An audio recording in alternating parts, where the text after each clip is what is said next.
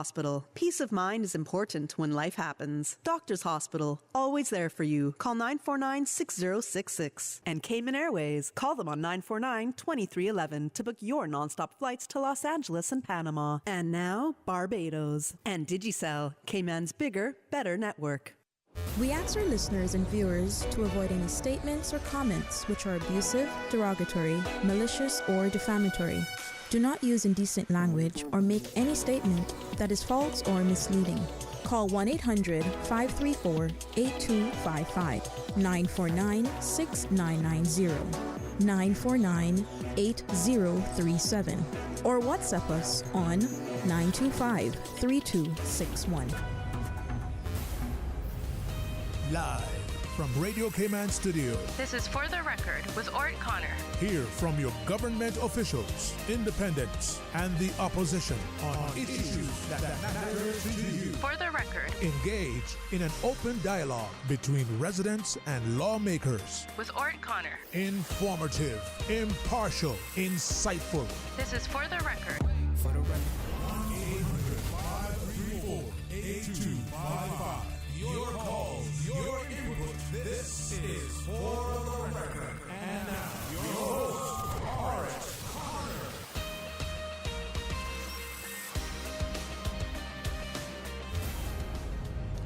Good morning, good morning, good morning. O land of soft, fresh breezes and verdant trees, so fair. Today is Friday, the 15th day of March, 2024, right here in the beautiful Cayman Islands.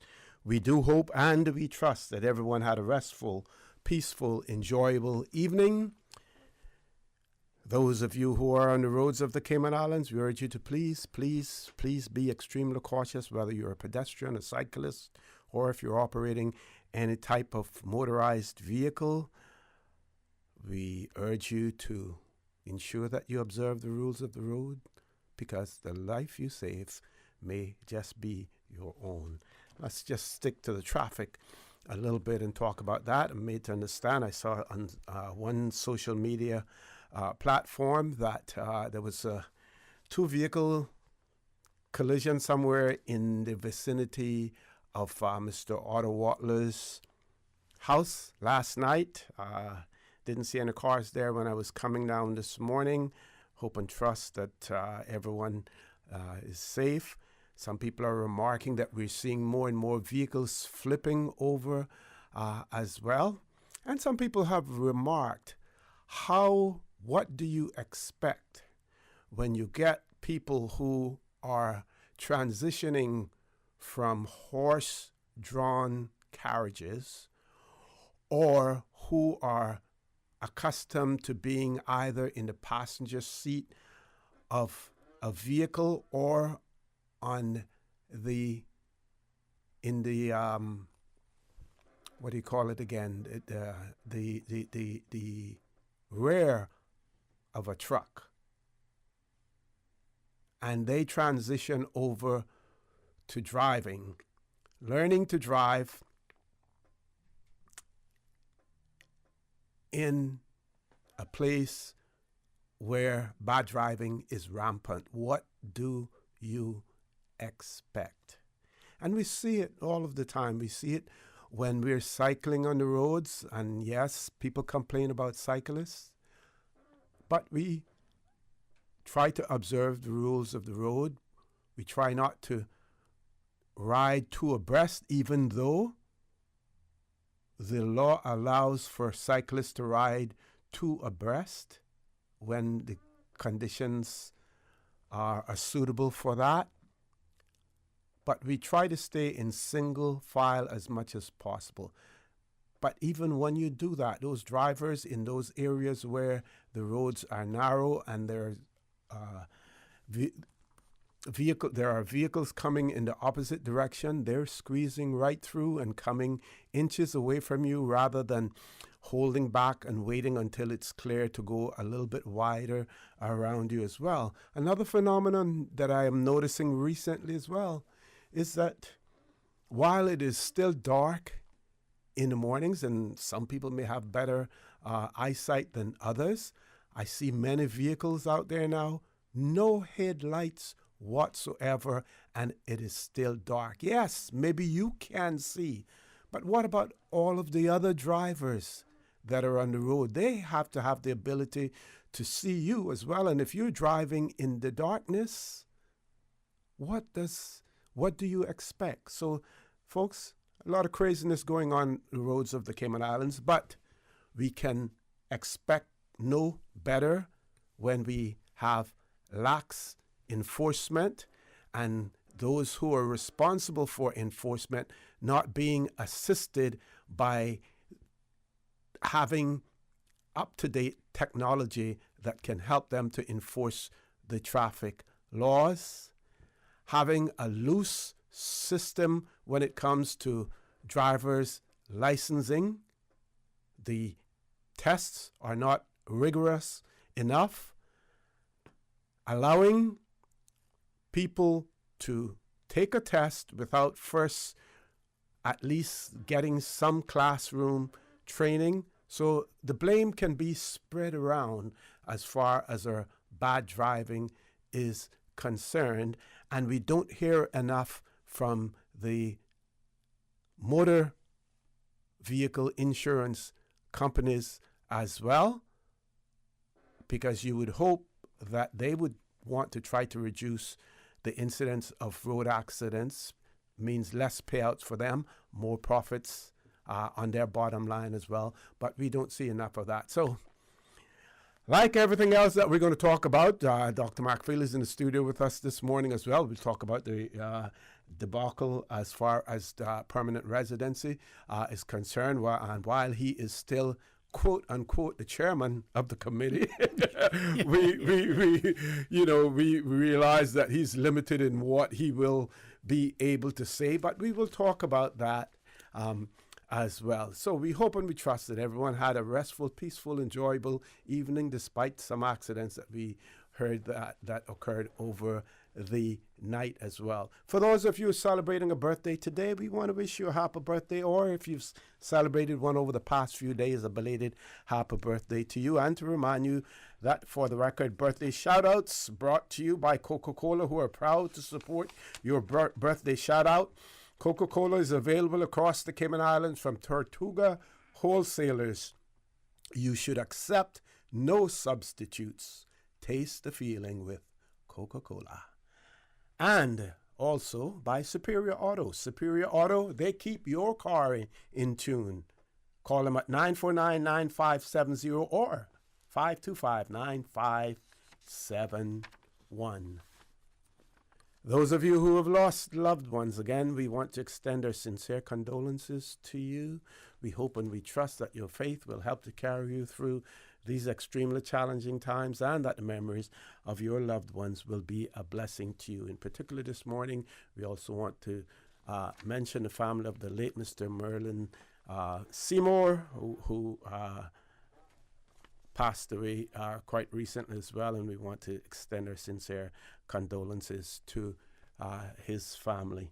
Those of you who are ill and are either at home or at a medical facility here in the Cayman Islands or overseas, we wish you a speedy recovery. So, folks, I want to thank you for allowing Radio Cayman, and by extension, For the Record, into your homes, into your vehicles as you traverse the busy roads of the Cayman Islands, into your places of work, wherever that may be. Very quickly, before we go to the first commercial break, let's see who's celebrating a birthday today. We see Miss Melanie Sims. She is celebrating her birthday today. We want to wish Miss Melanie a happy birthday. Let's look at the upcoming birthdays. Tomorrow we have Mr. Anthony Scott celebrating his birthday. And Lord Graham, guess who's celebrating a birthday tomorrow? Mr. Mark Watler. Mark Watler is celebrating his birthday tomorrow as well. Later down in March, we have Mrs.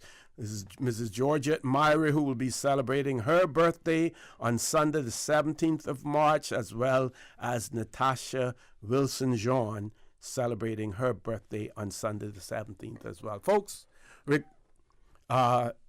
going to take a commercial break, but before we go there, we're going to look at some other birthdays. Lynn Tibbetts celebrating a birthday today as well. Melissa Ranking and Dina Powell celebrated her birthday yesterday. And also yesterday was Mr. Ralph Lewis and Kerry Scott's birthday as well. Dina Powell's is today. Yesterday was Ralph Lewis and Kerry Scott. Melissa Rankin is today as well as Lynn Tibbetts. Folks, we're going to take a commercial break. Please stay tuned for the record with Dr. Steve Mcfield will continue after this commercial break. The Cayman Islands boasts of a long, colorful, and rich history. In tribute to our roots, Radio Cayman, the voice of the Cayman Islands, is pleased to bring you the Historical Vignette Series, brought to you by Rotary Central. For more than 110 years, Rotary members have used their passion, energy, and intelligence to take action on sustainable projects. The Cayman Islands, He hath founded it upon the seas. Maud Bush, 1887 to 1950. Maud Bush of South Sound was trained as a nurse and a midwife by Dr. Overton in the 1920s. She delivered babies from Newlands to Georgetown, often for free, as the poor people had no means to pay. She never turned down a patient. She delivered babies until her health failed her shortly before her death. She was always in great demand. She had no children of her own, but she always referred to the babies she delivered as her children. Radio Cayman's Historical Vignettes was brought to you by Rotary Central. For more than 110 years, Rotary members have used their passion, energy, and intelligence to take action on sustainable projects.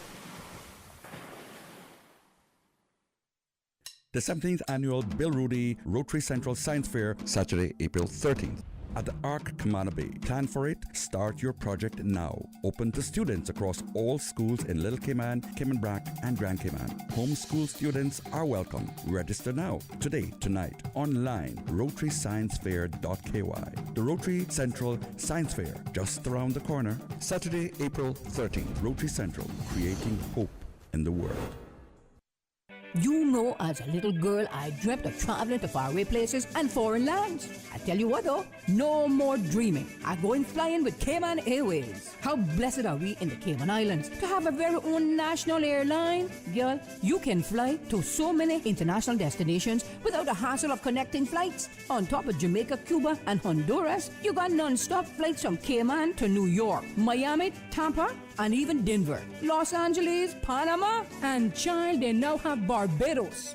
Going to be a little cafe con leche and Hollywood Squares for this old gal. Make your travel dreams come true with Cayman Airways, offering non-stop flights for non-stop adventures in Panama, LA, and many more places in between. For details and to book, call 949-2311, contact a travel agent, or visit CaymanAirways.com. You don't need to be great to start, but you sure do need to start to be great. We've all been there. The little put when we try to start the car. Starters and alternators will eventually go. When life happens to your car, Superior Auto can save your day. Superior Auto offers complete starter and alternator repair. Superior Auto, 525-9571 or 949-9570. Superior Auto, they keep your car in tune. Are you feeling sick, but don't feel ill enough to go to the doctor? Ask your pharmacist for advice. Here at West Bay Pharmacy, our pharmacists have been trained to offer helpful, easy-to-understand advice on the treatment of everyday minor ailments for yourself and all the family. Anything from headaches, cough and sore throat, to cold sores, our pharmacists will know when medical help is needed and will not hesitate to refer you to your doctor if your symptoms demand it. Like doctors, our pharmacists have a professional code, which means all personal information you give them will be treated in the strictest confidence. Visit us today at West Bay Pharmacy, where we care about your health. Shop the Brand Source Home Gallery Senior Citizen Sale. In honor of our seniors, Brand Source Home Gallery is offering a 15% discount now until April 6 on appliances, mattresses, plumbing and bath fixtures, lighting, ceiling fans, kitchen cabinets, custom closets, and more. And I heard right, 15% off store-wide. If you are over the age of 60, you can purchase for your family and friends. Just show your ID. It's that easy to save 15% with the Brand Source Home Gallery Senior Citizen Sale. Visit Brand Source on Dorsey Drive, Industrial Park, or call 623-5000 for details. Tortuga is giving you the chance to win big with its treasure to 10K giveaway. Spend $25 in store or online from now until April 5th for a chance to win a grand prize of $10,000 cash plus $1,500 of Tortuga vouchers and some fantastic weekly giveaways. It's all part of Tortuga's big 40th anniversary celebrations. Visit any Tortuga retail or discount store or shop online at tortuga.ky to enter.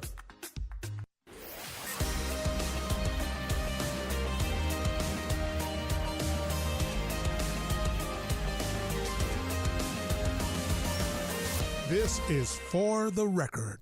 Good morning and welcome back to For the Record. Dr. Steve Mcfield is in the studio with me. We do have one caller, but before we go to the caller, this was received yesterday. Of course, we didn't have a show yesterday. And it looks like, Paul, we may have missed Miss Anita Khan's birthday. Sorry? It is on Sunday. Anita's birthday is on Sunday. Okay, so our own Miss Anita Khan will be celebrating her birthday on Sunday. And Mrs. Venice, let's see, Mrs. Venice Johnson, Hubert Walker, and Sasha Carter. I think they're sending advanced birthday greetings to her as well. And then we also had belated birthday greetings to Venice Johnson coming from her loving grandson, Hubert Walker, and loving daughter, Sasha Carter. Her birthday was on the 12th of March as well.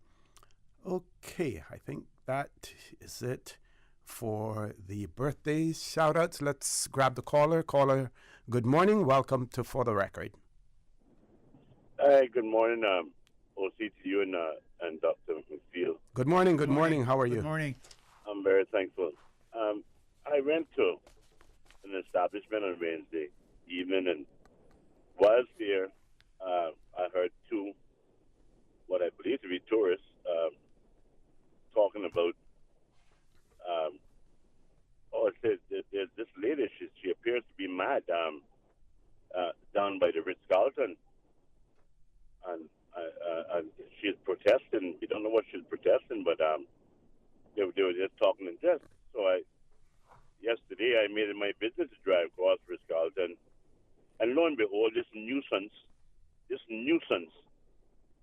of Lovella, I think they call her, is down there with her sign, her placards on the side of the road by Ritz-Carlton. You mean to tell me that the authorities will allow this nuisance, who is not even Caymanian, to go and disgrace this little island in the most populated tourist district in this island? We will allow that to happen. Let me tell you something, man. It is ridiculous what this nuisance has done in this island. She was in the front of the government administration building for weeks on end. Weeks on end. But you know what happened? Oh, if that had been back in my day, we could get little Mr. Hurry. She wouldn't be around it that long. A papa straw and little Mr. Hurry. She'd be on her way wherever she came from. She'd be glad to go back there. What did you get an opportunity to see what her placard said, what the sign said? No, I just saw them on the side. I was so disturbed by the fact that this nuisance was there again that I just proceeded and continued on my journey. You know, so I didn't want to, you know, I didn't look and see what it said, to be quite honest. Okay. Well, caller, it should be obvious to all of us now that this woman has some clinical issues, mental issues, and there is the Mental Health Act that deals with that, and just like most everything else in Cayman, like the traffic law, there is only talk, but there's no action. Action is the next reality to afterwards action. And the same thing happens, the same thing as the neglect to enforce the law, where this lady is concerned. The same thing on the road. Coming down in the morning, coming to the radio station here, I see people doing 70+ miles an hour in the 40-mile zone, going in and out of traffic. And some of them, the bus lane is blocked by the bus, and they're going so fast. They don't try to slow down. They go over on the other incoming lane to push the other person off the road. It's like, exactly. I mean, guy or woman or whatever you is, what kind of reality or world are you living in? There's no enforcement. We have been speaking on this radio for months and months and months and months and months and months about that situation. Yet there's no policeman on the road. There's no policeman directing traffic. There's no policeman. The same thing with this lady. There's the Mental Health Act. And why it's not enforced? You know why it's not enforced. We turn a blind eye to all of those things, and we walk away from it. And then when it comes by to grab us in the you know where, then we start to react and do something about it. Well, so that is the name of the game right now. That's the name of the game right now. It's quite unfortunate, and as you rightfully say, I mean, you got the Mental Health Act that can clearly, get this lady out of the eyes of the public and give her treatment that she needs.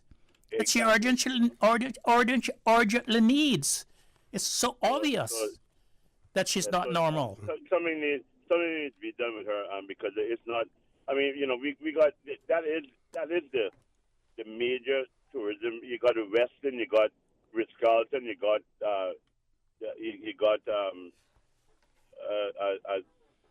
Villas of the Galleon, and other establishments right around there. I mean, it is not right for her to be there sitting down, demonstrating, and demonstrating for what? For what? Well, I can guarantee if you had been one of your family members, the enforcement act would be enforced against them immediately. You're so right. Connor, thanks a lot there, and you all have a good day. Thank you very much. I'll take the opportunity very quickly to read this. This is was on the 7th of February of this year.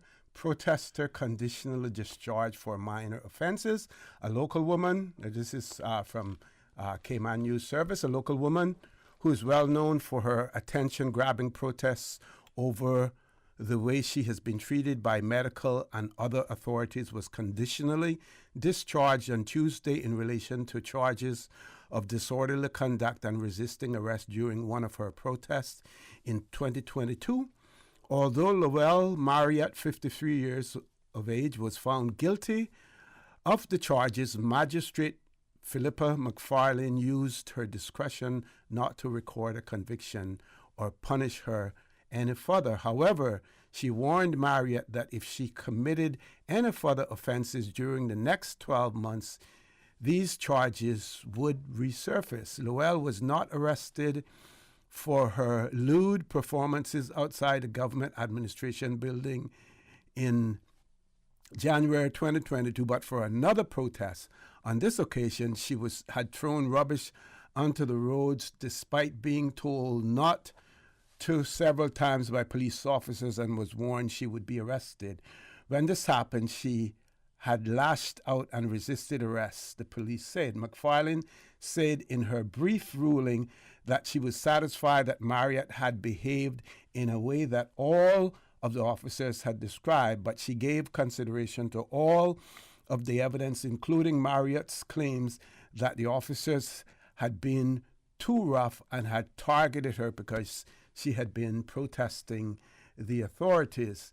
The magistrate said she believed that there were other issues at play. While she did not specify what those issues were, they appeared to be related to Marriott's health problems. McFarlane said that given the level of offending, it's served no purpose to punish her further. In addition to the conditional discharge, she ordered Marriott to pay $100 towards the cost of the prosecution. Goes on to article says that Marriott is understood to have suffered from some mental health issues in the past. She claims that she was wrongly sectioned in 2018 and held against her will in the mental health wing of the Cayman Islands Hospital where she was mistreated. Folks, top of the hour, 8 o'clock news. Please stay tuned for the record. We'll be back immediately after the 8 o'clock news. Radio Cayman time check now, 8:01. This time check brought to you by our friends at Foster's. Feast without the fuss. This Easter, make Foster's a part of your cherished traditions with our full Easter spread. Order your main, sides, and dessert online starting at $94.99. Then pick it up in-store, ready to feed up to 8. Choose your main from a 12-hour smoked pork, oven-roasted turkey, or maple-glazed ham. Or indulge your guests with our extra special herb-roasted leg of lamb feast for $119. Order your Easter holiday dinner online today at fosters.ky. Foster's, better because we care. The voice of the Cayman Islands. 89.9 FM in Grand Cayman and 93.9 FM in Cayman Brac and Little Cayman. Silver wings shining in the sunlight. Radio Cayman. The 8 a.m. news is brought to you by ValueMed Pharmacy. Save time and order your prescription refills online at value-medpharmacy.com. VALU-medpharmacy.com. For today's biggest news. Radio Cayman, the voice of the Cayman Islands.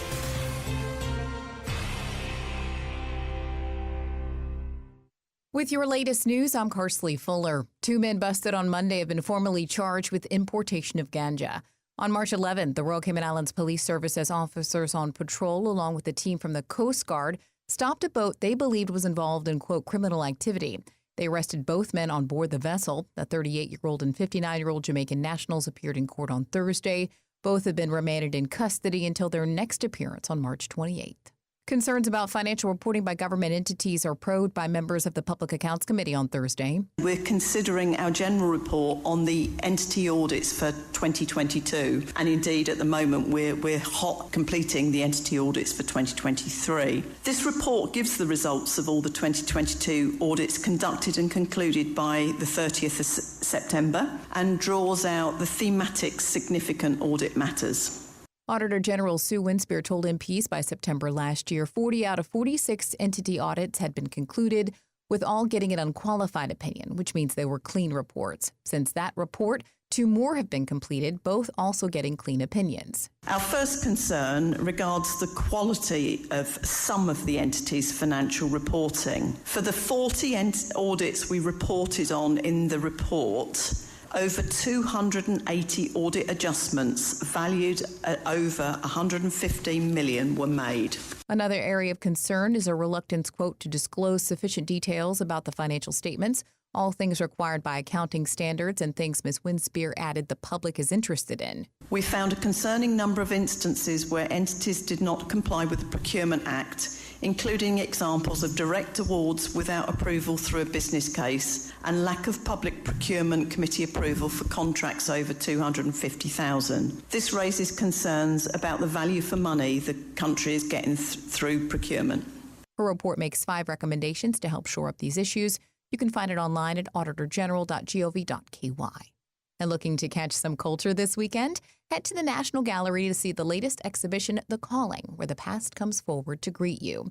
Featuring a collection of works assembled by Nasaria Sukushalet through the Cayman National Cultural Foundation's Artist in Residence program, this exhibition highlights the rich folklore that makes up Cayman's cultural tapestry. Organizers say looking to build upon the local practice of storytelling, The Calling explores a myriad of ways artists have been inspired by cultural superstitions, traditions, and beliefs around spirituality. Both expressive in their use of color and compelling in their varied interpretations of the duppy, a word commonly used across the Caribbean to refer to spirits, the artists on display were invited to retell or reinterpret local stories through their unique visual languages. The gallery says the resulting body of works emphasize a strong sense of community that characterizes the islands, as well as a shared desire to preserve the memories of yesteryear. The National Gallery says with the variety of artistic disciplines and voices on display, the exhibition becomes a testament to the value of sharing wisdom, traditions, and memories amongst each other. Now with a check of international news, here's the BBC, which takes us out of the newscast. I'm Kersley Fuller. BBC News, I'm John Shea. The first ship carrying aid for Gaza since the start of the war has arrived off the coast of the territory. It used a new maritime corridor from Cyprus. A floating jetty has been built to unload the cargo. The Israeli military says it's investigated claims that its forces opened fire on crowds awaiting aid trucks in Gaza City and found them to be false. Hamas health officials said that at least 20 people had been killed. Russia is holding a presidential election, with Vladimir Putin the only serious candidate and certain to win. The three-day voting exercise comes a month after the death of the main opposition leader, Alexei Navalny. The Kremlin says Ukrainian attacks in southern Russia are an attempt to disrupt the election. At least one person was killed in Ukrainian shelling in Belgorod overnight. The government in the Democratic Republic of Congo says it's decided to resume carrying out executions. It says the move, is a result of the armed conflict in the east of the country. And that's the latest BBC World News. The 8 a.m. news is brought to you by ValueMed Pharmacy. Save time and order your prescription refills online at value-medpharmacy.com. VALU-medpharmacy.com. You don't sound too good there, Bobo. Yeah, you know how it is. With the kids back in school, every other week they come in out with something, and then I catch it. Sound like it catch you, but for real, brother, flu season is here and COVID is still around. You gotta stock up on things like medicine, vitamins, and minerals for you and the kids. You know what they say, prevention is better than cure. At ValueMed, our pharmacists can help manage flu symptoms and provide guidance on vitamins and minerals to best support you and your family's overall health. Visit ValueMed Pharmacy on Walkers Road or Town, or WhatsApp your questions and prescription refills to ValueMed on Walkers Road at 926-1662 or WhatsApp ValueMed in Town at 916-5511. Live happy, live healthy with ValueMed Pharmacy. Stay in touch with Radio Cayman with the latest up-to-date, accurate news and information. For your convenience, the headline news will be repeated on our sister station, Breeze 105.3 FM, weekdays at 8:30 a.m. Follow Radio Cayman on social media, Facebook, Instagram, Twitter, or download the Radio Cayman app in the App Store or log on to www.radiocayman.gov.ky and stay connected to what's happening in the community. Radio Cayman, your voice, your choice, your radio. Tune in every Monday through Friday at 12 p.m. for Radio Cayman's Midday Newscast. Radio Cayman, the People's Station, your trusted official source for the latest news. The 12 p.m. news is proudly brought to you by Health City Cayman Islands. World-class healthcare within your reach. Social media, X, formerly Twitter, Facebook, Instagram. Interact with our talk shows on YouTube. Download our official Radio Cayman app, or you can log on to our website, www.radiocayman.gov.ky. You can also add us to WhatsApp on 925-3261. All the latest information, breaking news, community events, and more. Radio Cayman. The 8 a.m. weather report brought to you by CG Britcay, where people come first. Good morning, Cayman. Let's take a look at your weather on this Friday, March 15th. It's nice and sunny on the outside. Present temperature 87 degrees Fahrenheit. Winds out of the east at 9 miles per hour. Relative humidity about 82%. The barometric pressure now at 29.97 inches and falling. Moderate easterly winds and seas are expected for the next few days in association with a high pressure system lingering over the Atlantic Ocean. Our forecast for tonight calls for partly cloudy skies with a 30% chance of the morning shower. Temperatures will rise to the upper 80s. Winds will be east to southeast at 10 to 15 knots. Seas will be slight to moderate with wave heights of 2 to 4 feet. Then tonight, partly cloudy skies, 20% chance of showers. Temperatures will fall to the mid-70s. Winds will be east to northeast at 5 to 10 knots. Seas will be slight to moderate with wave heights of 2 to 4 feet.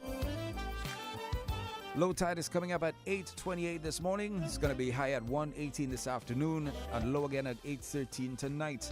The outlook is for similar weather through Sunday morning.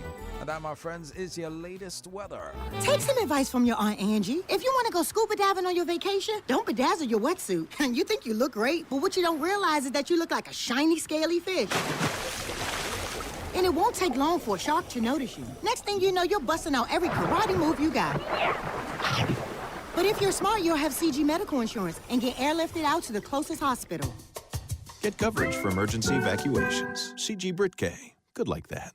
All benefits are subject to policy provisions, including eligibility at the time of service. The 8 a.m. weather report brought to you by CG Brit-K, where people come first.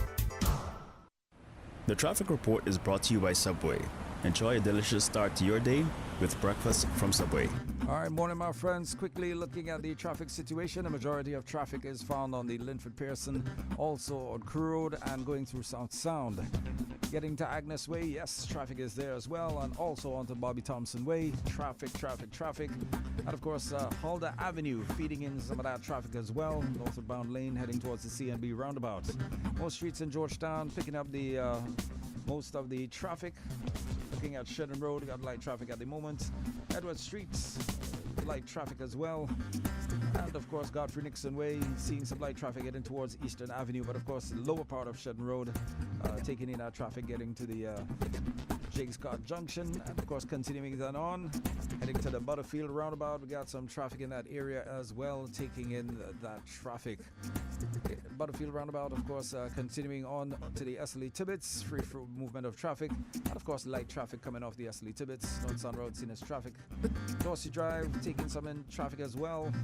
As you make your way in Roberts Drive towards the airport, light traffic at the moment. And of course, South Church Street, Seafarers Way, and North Church Street, West Bay Road, seeing some moderate traffic this morning. No cruise ships in, so the traffic should be a little more free then. Cayman Braga and Little Cayman, light traffic. And of course, traffic heading out to the eastern districts, very light at the moment. So make your way eastward bound.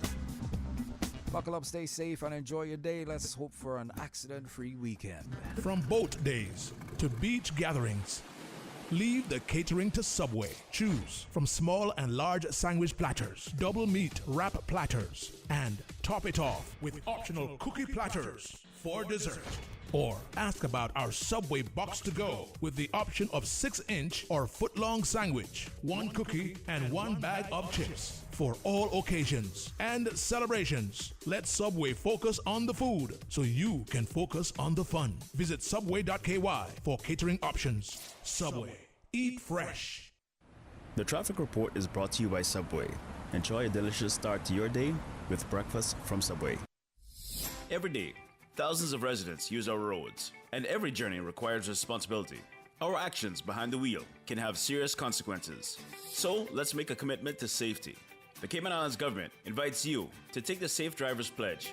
The pledge is our opportunity to show our dedication to creating a safer environment on our roads. First, visit gov.ky/road safety/pledge. Read and check all the boxes, fill in your name, and click submit. It's that easy. Let's make our roads safer together and say no more for 2024. Visit www.gov.ky/road safety for more information and to take the pledge.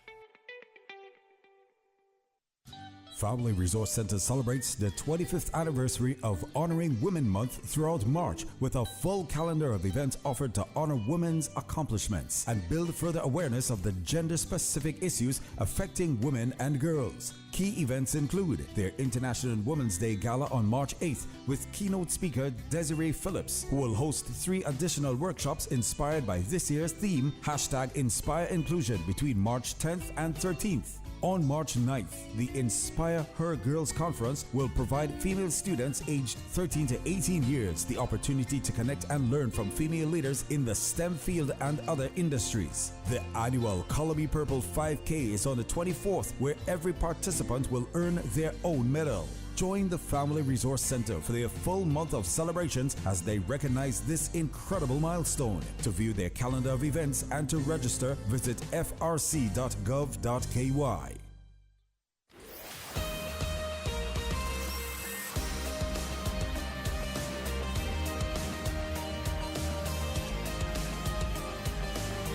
Record with Orrett Connor. Good morning and welcome back to For the Record. It is my pleasure to have in the studio with me again this morning none other than Dr. Steve Mcfield. I want to give you a rundown of some of the things that we're going to look at. First of all, we're going to look at there's an article in today's Compass in relation to the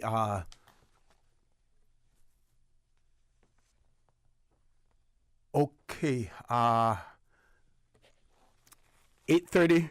We'll deal with them. The fiasco with the permanent resident situation, Doc. And we know that you're limited in terms of what you to say simply because of the your role in that. Yeah, I haven't removed me yet from that position. I was removed from the position of the chairman of the Permanent Residency and Status Board. But they have not removed me from the chairman of the Point System Review Committee yet. Although it has been there over 2 years now since we have been on this committee. And the committee has just about done its work for the review. I think we met with the government caucus on one occasion, and the government was not happy with the preliminary review that we had done at that time and sent us back to the drawing board, and which we did, and we came up with some other things. We have not been able to present them to the caucus yet, and we have not been able to go to the public. We have not been able to go to the public with our for our review. We've had some representation about whether or not the public should be included in the review at this particular stage, and of course I rejected that. That the public should some people should come to the review table to see what we're doing, to see if it's compatible with what they think the review should be. I mean, I have not heard anything so absurd as that request, and I rejected it outright. And because I understand, I don't know if I can't say whether it's true or not, but I have been made to understand that in the past, some people in the private sector has been allowed to draft legislation for the government. That the private sector had interest in. It seems that the private sector has interest in this review. But nothing surprises me, because the review that the government embarked upon, the review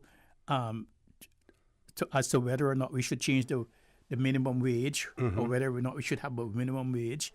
And after a long review by some very competent people in Cayman, that came up with results that states that a minimum wage should be $8.75 an hour. And already we've heard people from the private sector say they're rejecting that. They do not want that. It's bad for Cayman. And I wonder who actually is the government in Cayman, who actually runs the Cayman Islands. It seems to me that the government, and especially this government, has declared that they will govern in the best interest of the Caymanian people. So who are these people to say that they reject the $8.75 an hour? I mean, I just don't understand that. But there's an old saying that in a society where truth and facts are immaterial, you will wind up with immorality and criminality. That's the problem that we are going to be faced with in this country if we keep doing these things and keep having people who are not elected, who are not governing the country, to be able to have their input and to delay things that are in the best interest of the Caymanian people. When people ask me about what the review will be, Of course, I can't tell them. I can't give them a blow by blow account of what the review it's intended to do. But I can say, I said then to them, and I will say now this morning, that the intended review recommendations for change in the point system will be and should be in the best interest of the Caymanian people, and that's all that matters to me. So, Doc, what happens if we continue to kick this can down the road? The legislation is still in place. What is there is still there. That is what is in effect. And from a legal standpoint, it would be difficult for them to suspend, to say, we're closing off applications at this point in time. Legally, that would probably be challenged. But as the longer we take to implement any new system, the more persons are on a daily basis qualifying for permanent resident or to apply for it under the current system. It's like, the excuse for the over 2,500, almost 2,500 status grants in 2003 was because we had allowed, people to build up and to remain in the Cayman Islands for a long period of time. Are we likely to end up with such a scenario? Yes, again? I see similarity to that. A similarity to that. You're going to have all of these people who would have acquired rights under the old law that we are going to have to say, well, there's nothing we can do about it. We are going to have to grandfather them in. We are going to have a moratorium. We are going to have to let in all these thousands of people, and then that will be the end of it. And then the next government will come in, and they will start the same thing over and over again, and then they'll have the 200,000, 150,000 people in Cayman like most of them want to have. Okay, we do have a caller. Let's grab the caller. Caller, good morning. Welcome to For the Record. Good morning to the doc. Hey, morning. Yeah, don't expect no birthday party or no drinks or no food from Mark Walker. Yeah, and about kicking the pan further down the road, see? The only thing that happen is the pan will go further down the road.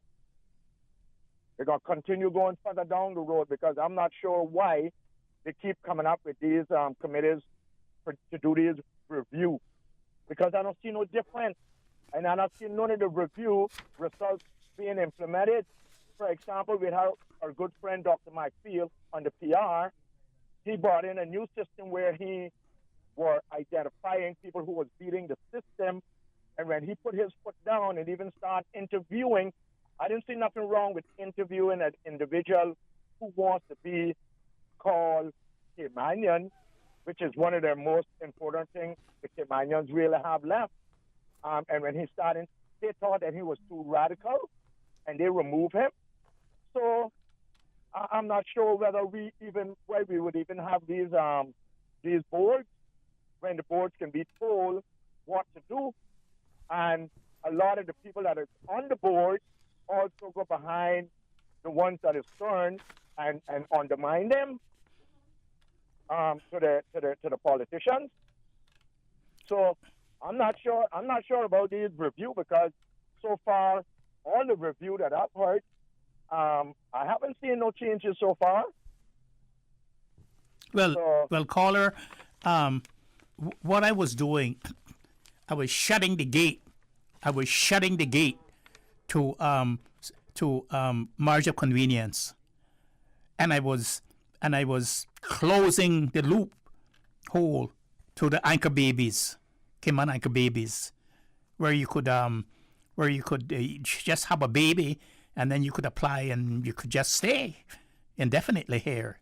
I was doing that, and a lot of people say, "Oh, thanking me for that." Will say I was successful, but there were some other people who were saying, "Oh, I was holding up the system and I was making it too hard for people to qualify." under that particular system, so forth. And what I did, I refused to allow people to continue their permanent residence when they owe the government money, big money too. I'm not talking about a few $100,000. I'm talking about thousands of dollars, and they didn't pay the government. And I wonder how they could have gotten away with that. I noticed that when people went to the hospital and they owe a few dollars, letters were sent to them for $1,500, $300, $150. So the government tried to collect that. But yet all of these people were making millions of dollars a year and getting millions of dollars bonuses for not paying the government. And when I cracked down on that, they ran off and they put all kinds of articles in the newspaper and trying to bait me. And I refused to be a party to that sort of stuff. And then I didn't even know that they were going to not allow us to continue. Me and the colleagues who were doing that on the board to allow us to continue. They never wrote us. They never said anything to us. They never, up to this day, wrote us and said anything to us. We heard the rumors on the streets that what they were trying to do, and then when we heard it, so it seems to me that Socrates said that when the debate is lost, the slander is the tool of the loser. That's what the great Greek philosopher said at one time. So this is what happens when they lose the debate. Then they start to slander you and they start to say all kinds of things about you. But what I was doing was in the best interest of the Kimbanian people. Yeah. And it seems to me that to be in to action that's in the best interest of the Kimbanian people now is indictable. That's what it seemed to me. And it's all wrong, it seems like. Yes. And Doc, on this thing where they don't pay, you just mentioned that the hospital would send you a bill. I remember taking somebody to the hospital who I found flopped in a parking lot one time, and because the person wasn't capable at the particular time of filling out the form at the hospital and giving it, I did that, and because of that, they sent you the bill. They billed me, and it went to far OC as giving me 14 days, or they were going to take me to court. The only how I got out of that was through Mr. Jefferson writing him a letter. They threatened to take me to court. I didn't get no medical assistance. All I did was assist somebody by taking them to the hospital, and they were not capable of filling out the details. Yeah. And I did it, and they threatened me so. But yet people can come here, and we can give them something that we should not even be giving them, and they still refuse to pay. They just beating the system and laughing at us. Yes, and we got people like Dr. Mcfield who put his foot down. It seems like our politician is agreeing with them, and they love what's going on. That's what it seems like to me. Well, so I don't know why they always create these boards. You might as well just leave it open to the free for all. Lord Graham, want to thank you very much. We're going to have to switch our schedule a little bit here, but we'll when we return, we'll let you know what is taking place. Dr. Mcfield will still be with us, but we have some other guests that we will be accommodating first. Please stay tuned for the record. We'll be back shortly. At Doctor's Hospital, we know life happens, and usually when you least expect it. So when unexpected medical issues arise, you need quality care close to home. Located in the heart of Georgetown, our accomplished team of physicians and medical staff treat minor urgent conditions such as migraines, chest and abdominal pain, shortness of breath, burns, broken bones, open wounds, and more. 24 hours, 7 days a week with no appointment necessary. Peace of mind is important when life happens. At Doctor's Hospital, we're always here just for you. Need to speak to someone? Call 949-6066. Shop the Brand Source Home Gallery Senior Citizen Sale. In honor of our seniors, Brand Source Home Gallery is offering a 15% discount now until April 6 on appliances, mattresses, plumbing and bath fixtures, lighting, ceiling fans, kitchen cabinets, custom closets, and more. And I heard right, 15% off store-wide. If you are over the age of 60, you can purchase for your family and friends. Just show your ID. It's that easy to save 15% with the Brand Source Home Gallery Senior Citizen Sale. Visit Brand Source on Dorsey Drive, Industrial Park, or call 623-5000 for details. Radio K-Man Super Jam Show, the #1 drive time entertainment show on your radio. Enjoy a mix of pop, hip-hop, dancehall, urban gospel. The Super Jam Show is brought to you by these kind sponsors. The Cayman Islands Football Association, SIFA, building a better future for Cayman football. Cayman Insurance Center. Don't take chances with your family's future or your valuable assets. Call me today, Michael Webster, at 925-5433. UWI Open Campus, on-site, online, and on demand. Visit open.uwi.edu. Call them today at 946-8322. Super Jam. Also brought to you by Cayman Airways. Call them at 949-2311 to book your non-stop flights to Los Angeles and Panama. Also brought to you by Superior Auto Center. Do it right the first time with Superior Auto. 949-9570 or 525-9571. Superior Auto. They keep your car in tune. Super Jam. Also brought to you by the Yum School Lunch Program. Now available at selected private and public schools across Grand Cayman. The #1 drive time entertainment show on your radio. Super Jam.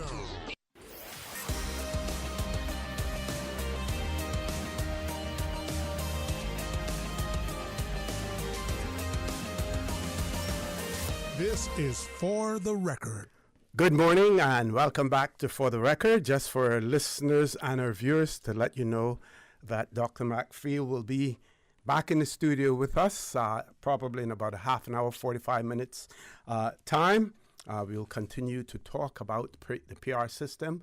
We also will be talking about the Privy Council's decision on the Vibe cartel case yesterday and the implications, for that as well. So we have lots to talk about. But right now we have more important things to talk about right here in the Cayman Islands. And it is my pleasure to have in the studio with me Miss Melanie Bryan and Mr. Kevin Wilson. They're from the Youth Services Unit, and they will be talking about the promotion of the National Youth and Sports Consultation Period, what is taking place. So, Ms. Bryan and Mr. Wilson, good morning. Welcome to For the Record. Good morning. Thank you. Good morning. And for the record, we are happy and pleased to be here. And we're happy to have you as well. So, first, let's talk about why is it important to have youth and sports policy. Why it is so important. We always talk about the fact that our young people, they are our future as well. So of course we have to pave the way for that future, for them. Why is it so important to have a policy that is in place that allows people to know exactly what the intentions are, what it is you're trying to achieve? Okay, so even before answering that question, what is a policy? Just for our listeners and viewers, that they may understand what a policy is. So a policy is basically a set of guiding principles that would give a sense of purpose and direction to the government. Think of it as figuring out where we want to go. So the policy answers that question. Where do we want to go when it comes to youth development, when it comes to sport development? Where are we heading? Quite importantly, the ministry is also including, and by the ministry I'm referring to the Ministry of Youth, Sport and Heritage, also including with the policy a strategy document and an implementation plan so that it will give teeth to the policy. So the policy will say where we want to go. The strategy and implementation plan will say how do we get there, when do we get there, who will help us to get there. Right, and to answer your original question, why is it important? Well, first of all, the previous policies that we had in place are outdated. The last one for youth policy, for instance, was in 2011. And as you know, a lot of things happened since then. So we had the COVID-19 pandemic, for example. We are in the age of artificial intelligence. So how do we really prepare our young people for these global, regional trends that are happening? How do we prepare them for the future? How do we prepare them and empower them for the challenges that are happening right now? Right? So it's really a tool to empower our young people, to empower our athletes. And that's the main purpose of the policy. Okay, so you mentioned the fact that both policies basically have expired and are outdated. Now, we know in constitutional terms, we always talk, people refer to constitutions as a living document, a living tree. Can we look at policies, and in particular youth and sports policy in that regard, or do we have to revamp the entire thing? Right, that's a good question. So this is the reason why we are including a strategy with the policy. So a policy is a long-term plan. It sets the foundation for your house, let's call it that way. So you need to have a solid foundation. But from time to time, you may need to do a new paint job to the house. You may need to change out the windows, the internal furniture, and so on. So that is where the strategy and action plans will come in. We are going to build in a monitoring and evaluation framework in which from time to time, the policy, the strategies will be reviewed. Perhaps something new may happen in the local, regional, international arena that would then dictate, well, look, we need to make a little tweak, make a little change to our policies and plans. Yeah, and even the needs of young people, they change. So as that, we have that will be built into the policy, that as things change and, young people have different ideas, we can incorporate that as well. So it's not until a new policy is done. It's having this policy that we can work with it as things change. Okay. How urgent it is for us to get this done now?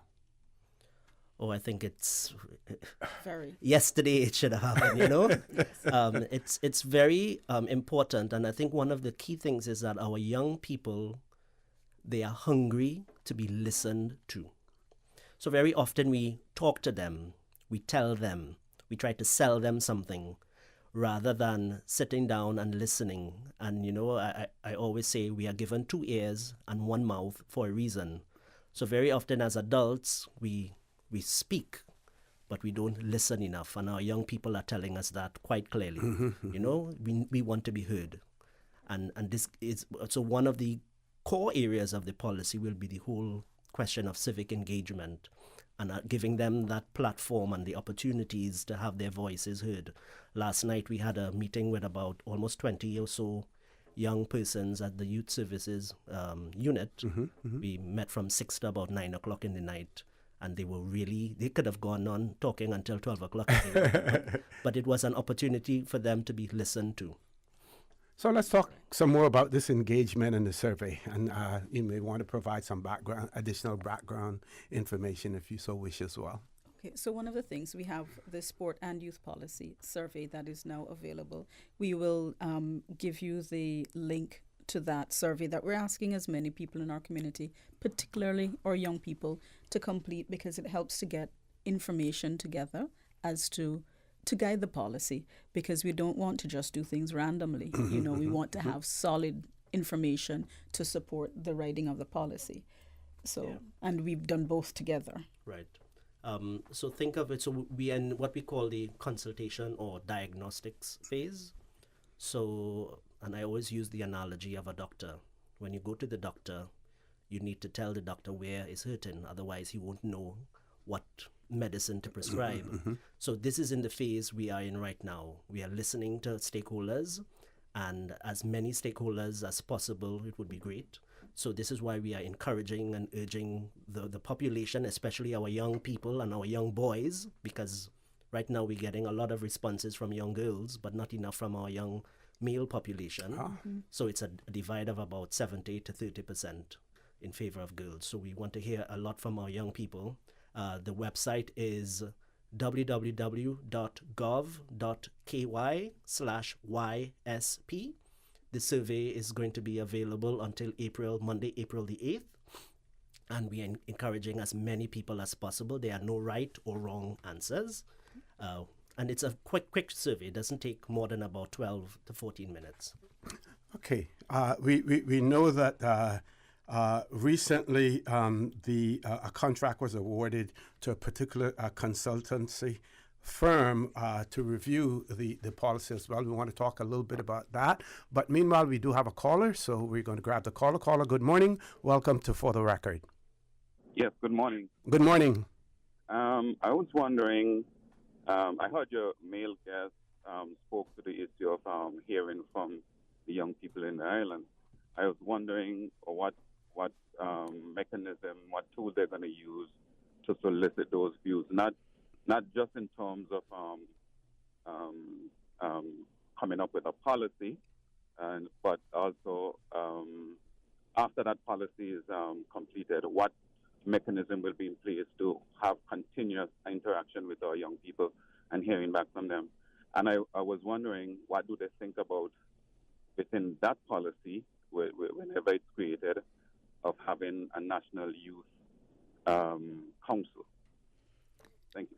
Okay. Thank you very much, caller. Thank you, caller. So a couple of things. The Youth Services Unit will be and the National Youth Commission will also be quite instrumental in, after the policy is done, in helping to keep things on stream, making sure that the youth voice is constantly heard and not just shelving it. So that will be the remit of my unit as well as the National Youth Commission. And of course, with the support of the ministry. We, in regards to the National Youth Commission, I think Council. Youth Council that you spoke of, there is currently a Cayman Islands Youth Assembly. Now, the Youth Assembly is comprised of young people from within the schools that are nominated or elected by their student bodies to represent them on the Youth Assembly. So in our sense, that is what that youth group will provide. They're going to be the advocates. We also have our CARICOM youth ambassadors that are also advocates for our youth on the island, and they will represent regionally as well as nationally. Well, to answer in a way the first question, one of the ways we've been engaging young people so far in the process, we've been having meetings with those who represent them, but also we've been having meeting with them as well. So, for example, last night we met with the youth ambassadors and a number of other young people. Earlier on, we met with the youth parliamentarians. Today, we are going to visit UCCI. So those are some of the opportunities that we've given to young people to air their concerns, to speak up. And of course, the survey is another opportunity as well that they can, and the survey is designed in such a way that we could then target the age group. So it's broken down by age group. So we can say the age group under 25, for example, this is what they are specifically saying in the survey. So it's very targeted, very granular in the analysis. Okay, we're going to take a commercial break. So, and just to remind our listeners also that Mr. Wilson, you represent the consultancy firm that has been awarded the contract as well. So let's take a commercial break. When we return, the conversation with Miss Melanie Bryan Waugh, did I pronounce that right? And Mr. Kevin Wilson will continue. Don't change that dial. Please stay tuned, and especially if you're a young person. We know that you probably don't listen to the radio as much, but we are on YouTube as well. And if you want to follow us on YouTube, you do that simply by subscribing to Radio Cayman live stream. Please stay tuned for the record. We'll be back shortly. Since March 2004, West Bay Pharmacy has kept their doors open to the local communities, even before, during, and after Hurricane Ivan. At West Bay Pharmacy, our staff provides so much more than pharmaceutical excellence. From the moment you walk through our doors to completing your cash out, our staff will have put your healthcare concerns at ease. We would like to take this moment to thank our loyal friends and customers. To us at West Bay Pharmacy, our patients are our primary concern. We provide thorough background checks and precise calculations to ensure your medical safety. Thank you for being a part of our family and for choosing West Bay Pharmacy, where we care about your health. You know, as a little girl, I dreamt of traveling to faraway places and foreign lands. I tell you what though, no more dreaming. I'm going flying with Cayman Airways. How blessed are we in the Cayman Islands to have a very own national airline? Girl, you can fly to so many international destinations without the hassle of connecting flights. On top of Jamaica, Cuba, and Honduras, you got non-stop flights from Cayman to New York, Miami, Tampa, and even Denver, Los Angeles, Panama, and child, they now have Barbados. Going to be a little cafe con leche and Hollywood Squares for this old gal. Make your travel dreams come true with Cayman Airways, offering non-stop flights for non-stop adventures in Panama, LA, and many more places in between. For details and to book, call 949-2311, contact a travel agent, or visit CaymanAirways.com.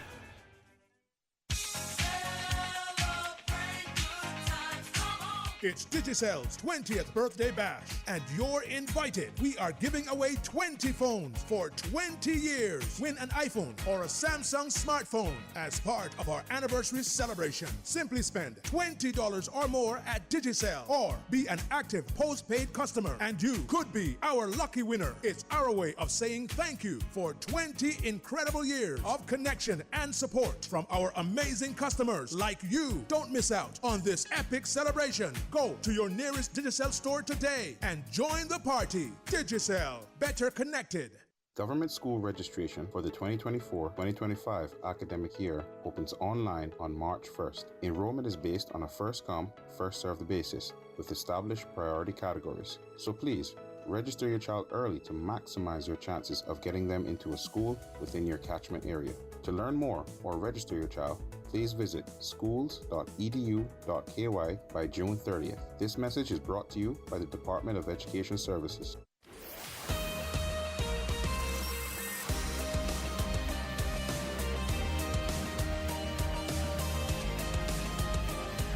For the record, with Orrett Connor. Good morning. Welcome back to For the Record. It is my pleasure to have in the studio with me this morning Mr. Kevin Wilson and Miss Melanie Bryan Waugh. We're talking about the consultation period to promote national youth and sports in the Cayman Islands. We do have a caller. Let's go to the phone lines. Caller, good morning. Welcome to For the Record. Yes, good morning. Good morning. Yeah, I was wondering what is the definition of a youth on the island, not only in terms of the age group, but in terms of what the policy would focus on as its definition for a youth in the Cayman Islands. And in addition to that, my understanding of most of the engaged youth over the past few years are those in school. How would the policy address those who, if the age group for a youth in the island is 25, how would the policy address those from, let's say, 18 to 25? How would the policy seek to reach them? Okay, thank you. Okay, that's a brilliant question. So from an age perspective, the previous policy, and I think the current one, will define youth as those between the ages of 10 and 25. And then it also looks at not just the age group, but also some of the particular issues that are facing that demographic. So we understand, for example, that drugs is an issue, even from as young as 9, 10, 11 years old from the NDC survey, we understand there are a lot of specific issues, challenges that are facing our young people. So based on those challenges and issues that are particular to that demographic, that lends to a definition of youth as well. So it's not just by age, but it's also based on the issues and challenges. One of our listeners has written and said that they have seen in some instances where consultations or surveys have been conducted and then put on the shelf, and they wanted to know whether or not there is any assurance that the same fate won't occur for this.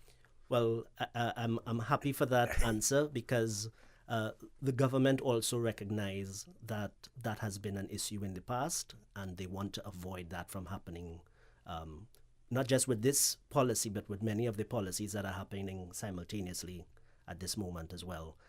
So this is why the Ministry of Youth, Sport and Heritage has indicated that it's not just a policy alone. Mm-hmm. It's a policy plus a strategy, plus we will have an implementation plan and framework that would include specific timeframes, budgets, who is responsible for which actions, when should it be completed by, what are the objectively verifiable indicators to show that this task has been done. In addition to that, the reporting process, whether it's quarterly or biannually, will be shared with the public so that the public will then be able to see, well, what is the progress in terms of what has been recommended in the policy.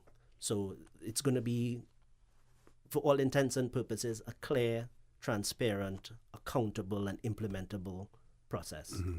As well as the survey is what is going to form the basis for the actual policy. So this particular survey can't afford to be shelved because this is what's going to inform the policy. So that to the person who had that question, you can rest assured that this particular survey is going to be used to form the basis of the policy. Mm-hmm. Can we talk a little bit about your target, in terms of the survey? Those are you're targeting. The caller that we heard just now, obviously an adult, but are you also seeking input from those persons who may have visions of what they would like to see, or may have some experience in that area as well? And how do they go about providing feedback to you or participating in the survey? Right, so the survey is targeted for everyone in Cayman Islands, okay. Regardless of your age. So we include all age groups in the survey as well, because parents are important, teachers. We have a lot of people who represent young people, whether it's the church groups, the pastor in the church, so whether it's the leader of the cadets. So a lot of adults who interact with young people. Everyone over 25 was under 25 at one point. So they would understand from their own experiences what were some of the challenges. They observe what is happening around them in terms of the youth. So everyone has a voice. Correct. And that's exactly what we're trying to do, because it's a youth and sport policy, but it's for the Cayman Islands. So it's not just going to be beneficial to our young people.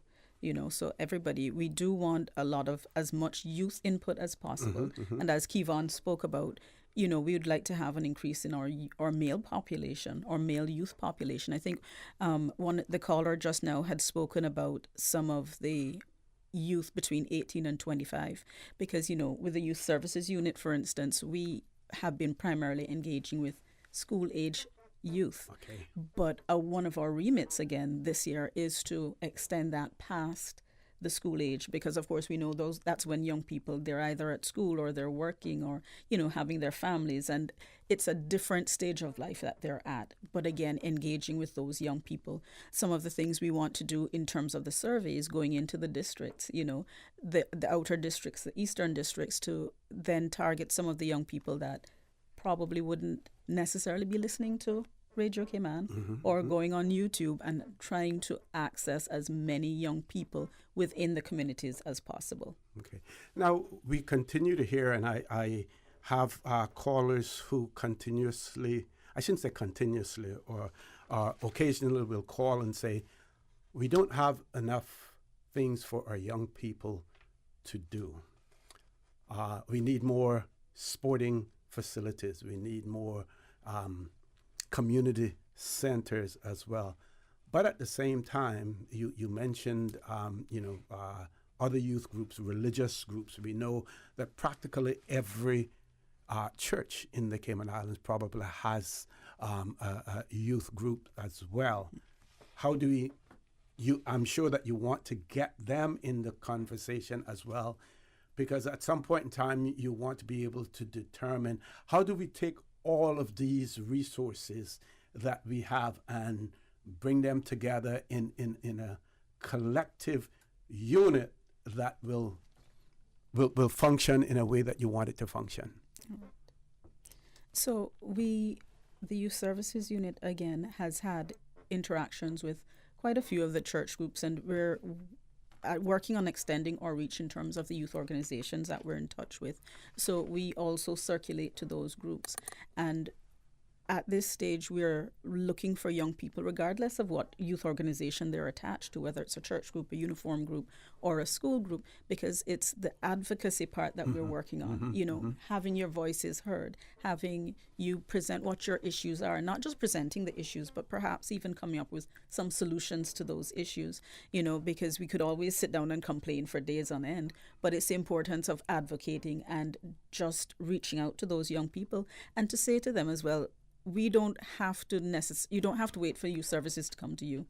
We are located at 131 McClendon Center, which is, for some people, the old Woods Furniture Building. Some people will know it as former Art Nest Building, but it's behind Foster's Airport next to DHL. The Youth Services Unit is there in the Intergenerational Hub, which is something new and exciting that we will have to talk about at some point as well. But, we encourage young people to come and visit us there at the Intergenerational Hub and interact with Youth Services Unit staff or youth advocates and so on. Okay. Now, I know when I worked in the elections office, and one of the challenges that we had was getting young people to register to vote when they turn 18. And of course, being a registered voter, it is not a legal requirement. There are some jurisdictions where you have to be a registered voter when you reach that age. And in some jurisdictions, you actually have to vote as well. And some of our young people suggested, having a bash and inviting, just for young people to be there and using that opportunity to register them to vote as well. I'm not sure what your budget is like, for all of this, whether or not that is something that you would consider, or whether or not it is in the cards in terms of what you're planning on doing. I was just curious. That's just for my curiosity. No, that's quite all right. That's definitely in the cards. Kevon met with some of our youth parliamentarians just this week, and interestingly enough, I had a conversation. Brilliant young people, and conversation with them after the meeting, and one of them said to me that they're of voting age and hadn't considered actually voting, but going through that youth parliament process, realized the importance of it and was getting ready to registered to vote. So it is another thing that the Youth Services Unit is looking to engage with young people, to speak about their civic engagement and what their civic responsibility is. So yes, that's definitely in the cards, and we will be reaching back out to you regarding that, sir. I think one of the challenges that many of our young people do not understand the importance of voting. So it's about educating them and driving awareness. And I think in addition to that, if they have the opportunity to be heard and they know that their vote would, effect change, then so we have to give them the reason to vote, and the only way is through education and awareness. Correct. And like you said, the opportunity to be heard, but they also want to be assured that people are listening, and not only listening, but also reacting to what they're saying as well. Yes. Paul, you ready for the headline news, folks? Top of the hour headline news. When we return, the conversation with Miss Melanie Bryan Waugh and Mr. Kevon. I would say Kevon, but Kevon, Mr. Kevon Wilson will continue. Actually. It's Kevon. Don't change that dial. Please stay tuned. For the record, we'll be back shortly. We are Radio Cayman. Covering Cayman Brac, Little Cayman, and Grand Cayman. 1 in a million. From Radio Cayman's newsroom, this is Headlines. Local, regional, international news. 2 men busted on a boat on Monday have been formally charged with the importation of ganja. Police say the 38-year-old and 59-year-old Jamaican nationals appeared in court on Thursday and have been remanded in custody until the next appearance. They've been charged with importation of ganja. A judge has ruled that the prosecutor leading an election interference case against Donald Trump in Georgia can stay on the trial if the lawyer she had an affair with steps down. Mr. Trump and his co-defendants had alleged Fani Willis's relationship with Nathan Wade, who she hired, had compromised the integrity of the case. The judge disagreed and said it did create, however, an appearance of impropriety. He said either Ms. Willis or Mr. Wade should leave the case to resolve that issue. The father of a 15-year-old Michigan school gunman who killed 4 students has been convicted of manslaughter. The trial heard that 47-year-old James Crumley had ignored his son Ethan's mental health needs, buying him a handgun he used in the November 2021 attack. He and his wife, who was convicted on the same charges, now both face a maximum of 15 years in prison. The case is sought to mark the first time the parents of a mass shooter have been held criminally liable. Those are your headlines. I'm Karsley Fuller. More news available at www.radiocayman.gov.ky. Check out our social media pages: Facebook, YouTube, X, formerly Twitter, Radio Cayman Headline News.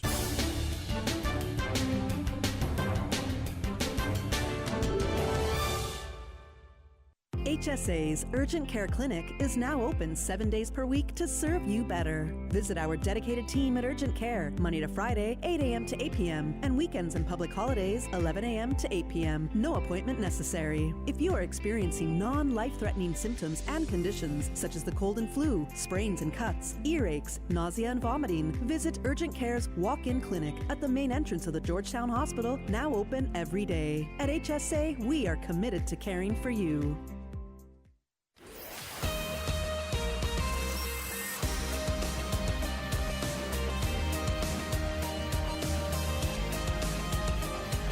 For the Record with Orrett Connor. Good morning and welcome back to For the Record.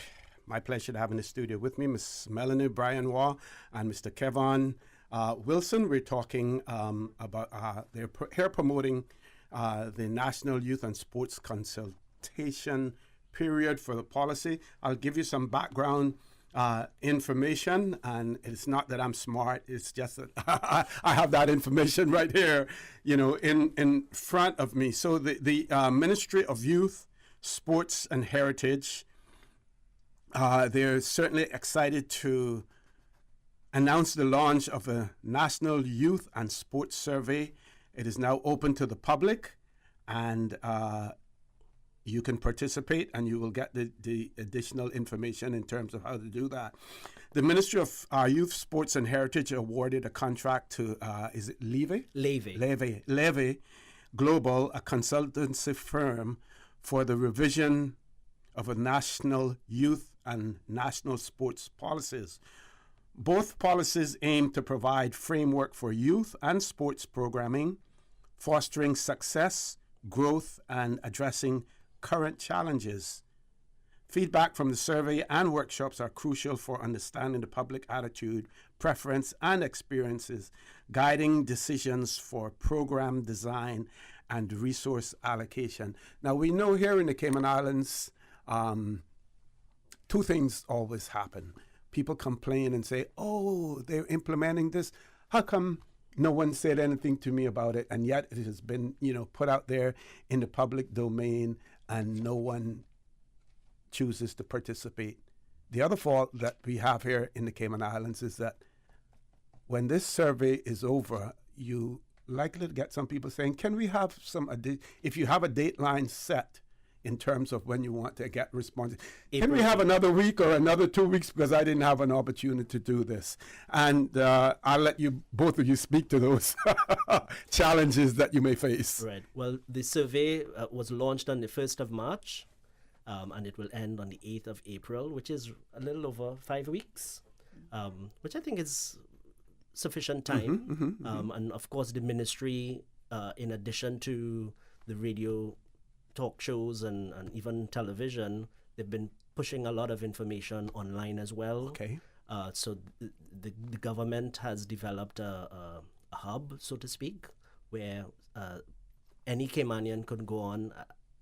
I'm not sure what the link is for that hub, but any Caymanian can go on, and you'll hear more information about that and provide feedback, share their views. So, for example, once we develop the draft for the policy, that would be made available to the public for their review and their feedback. So even if when this consultation period is over, if you've missed the deadline for the survey, that's not the end of your opportunity to contribute. And we'll also be sharing those things on our socials as well. The ministry's socials, the Youth Services Unit, their socials as well. We are working on having a QRL code that we can circulate so people can complete the survey on their phones, and trying to get as many avenues as possible open for people to be able to respond to the survey. Now, I think earlier you spoke to some of the things that you had already done. What is in train now in terms of your public interfacing? Right. So in addition to the meetings that we've been having, plus the survey, there's going to be 2 workshops. One on the 17th of April, which will take place in Cayman Brac. And then the second one will take place on Friday the 19th, right here in Grand Cayman. So that's another opportunity. But it will be a very targeted and focused workshop.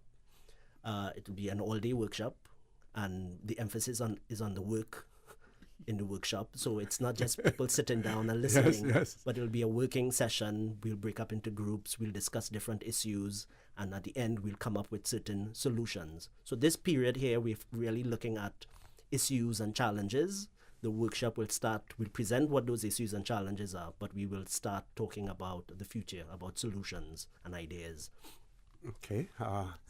And also to say that Levy Global is also using some of the information that we've collected over the last few years. So through the Economics and Statistics Office, for recent census, we're also using the NDC survey that spoke to drug use and abuse not in the school system, but from school-age students. So there's information that we have that's there already that's going to be incorporated as a part of even the information that's being sought in the survey. So it's not just being done off the top.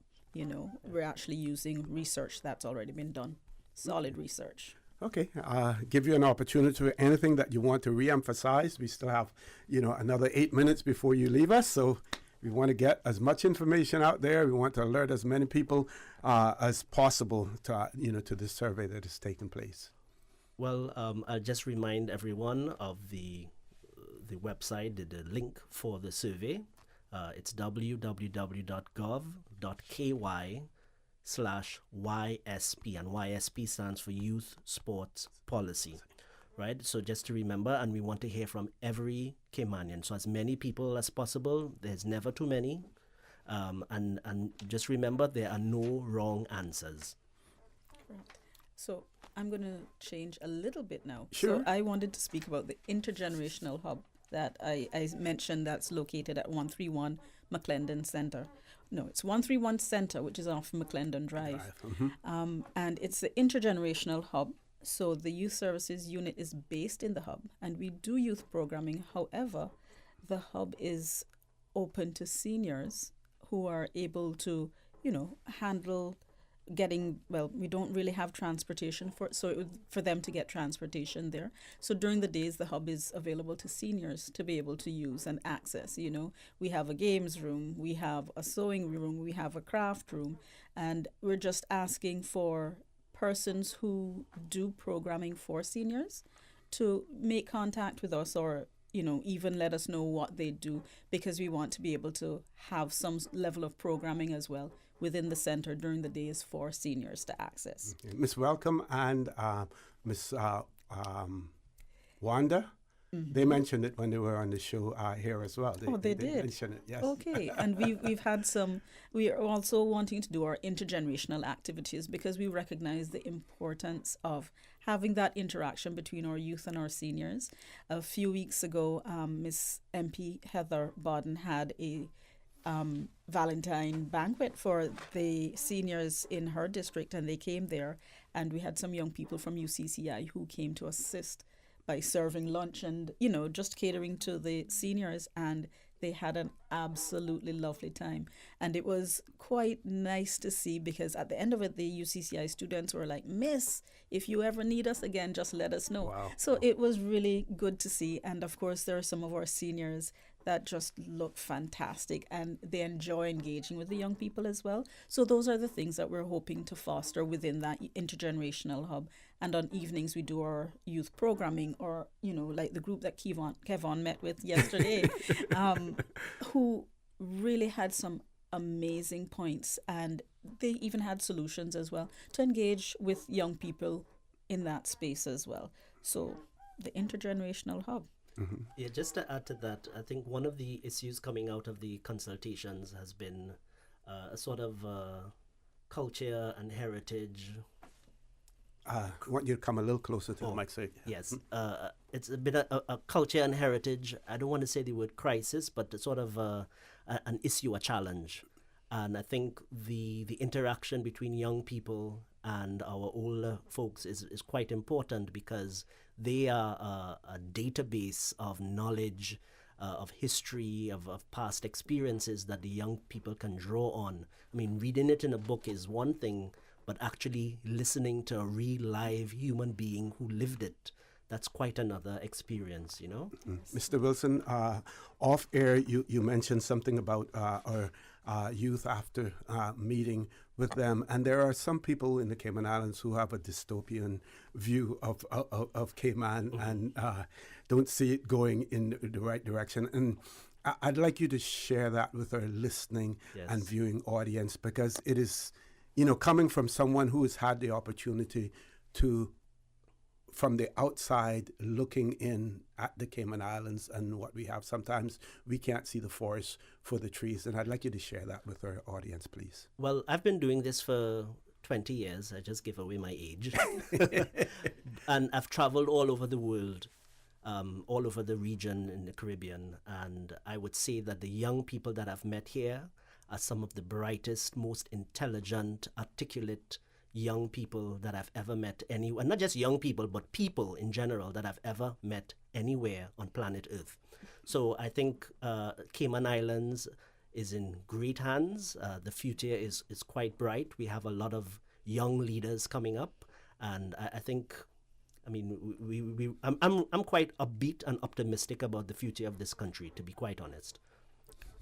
And I think, too, one of the things that I want to mention, oftentimes you hear about young people being ungrateful and not being appreciative and things like that. And coming out of last night's meeting, a lot of the young people who have gone away to tertiary studies on government scholarship, they expressed how much they appreciated. And when they went off, they realized how fortunate they are here in Cayman. They are very appreciative, and they're prepared to give back. We just need to give them the opportunities. Okay. I want to give both of you some closing comments in terms of the survey, and anything else that you want to say before we close off? Right. So again, www.gov.ky/YSP. Go answer the questions. Be open, be frank. There are no wrong answers. We want to hear from you. We want to listen to you. This is your opportunity. Don't waste it. And if you have any questions about the survey, or need to get the link, or if you have any questions about the Intergenerational Hub, how to access it, anything about Youth Services Unit and our programs, please feel free to reach out at info.ysu@gov.ky.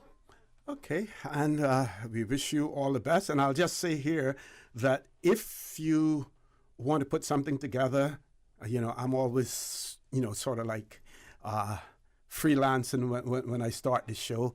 And I can remind people of the survey if you want to, give me something that I can read out or memorize and remind people that they should be participating in this survey as well. Folks, we're going to take a commercial break. When we return, we will have Dr. Steve Mcfield back in the studio with us, so don't change that dial. Please stay tuned. For the record, we'll be back shortly. West Bay Pharmacy in Centennial Towers, a compounding story. I don't think people realize how pain creeps into your life. It has a way of robbing your strength. I really don't like taking prescription medication orally. West Bay Pharmacy in Centennial Towers. They understand. When it comes to compounded medication, it's personal. So whenever there's a problem with some medication or treatments that's not working right, then a physician will call me and say, hey, they're having bad side effects from this medication. Compounding pain cream changed the game. Made special for me. Significant pain relief in the form of a cream. That is a new experience for me. It's changed his life. It worked. Ask your pharmacist or healthcare provider about compounding at West Bay Pharmacy in Centennial Towers. Call 914-6449. Shop the Brand Source Home Gallery Senior Citizen Sale. In honor of our seniors, Brand Source Home Gallery is offering a 15% discount now until April 6 on appliances, mattresses, plumbing and bath fixtures, lighting, ceiling fans, kitchen cabinets, custom closets, and more. And I heard right, 15% off store-wide. If you are over the age of 60, you can purchase for your family and friends. Just show your ID. It's that easy to save 15% with the Brand Source Home Gallery Senior Citizen Sale. Visit Brand Source on Dorsey Drive, Industrial Park, or call 623-5000 for details.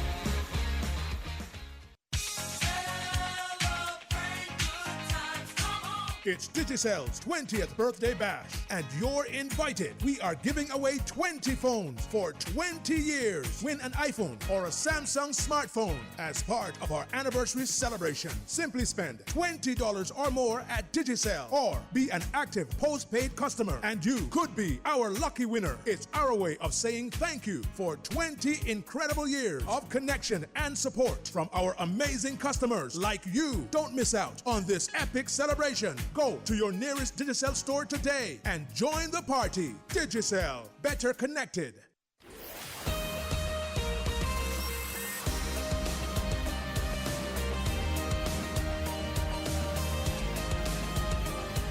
For the Record with Orrett Connor. Good morning and welcome back to For the Record. If you're looking on YouTube, Dr. Mcfield will soon be back in the studio with me.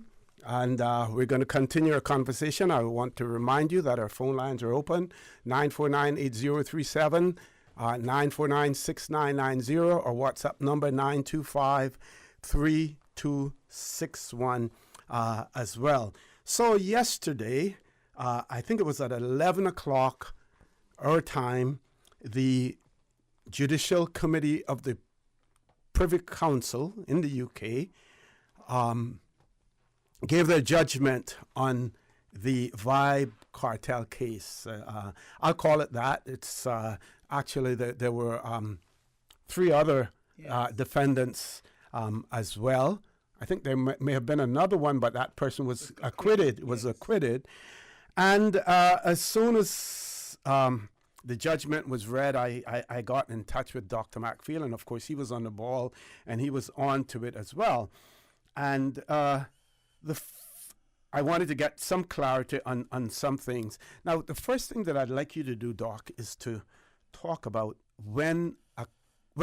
I think for the benefit of our audience, that we should go through the stages of the court proceedings, starting with the circuit court in Jamaica, and then moving right up to the point where it reached the Privy Council in terms of the circuit.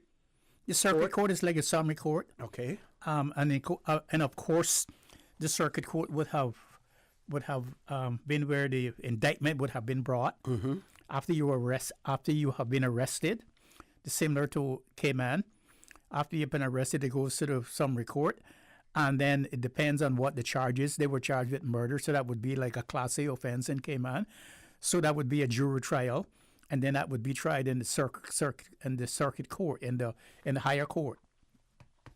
And then in the higher court, in that court, they would choose whether they would want to be tried by a judge alone or have a jury. And in this particular case, they decided to have a jury trial, which entails 12 jurors. We have the same thing, 12 jurors for murder cases. And then from there, if they're not successful, it would go to the Court of Appeal. But the Court of Appeal, where you have 3 judges on a Court of Appeal, that's what they call the High Court.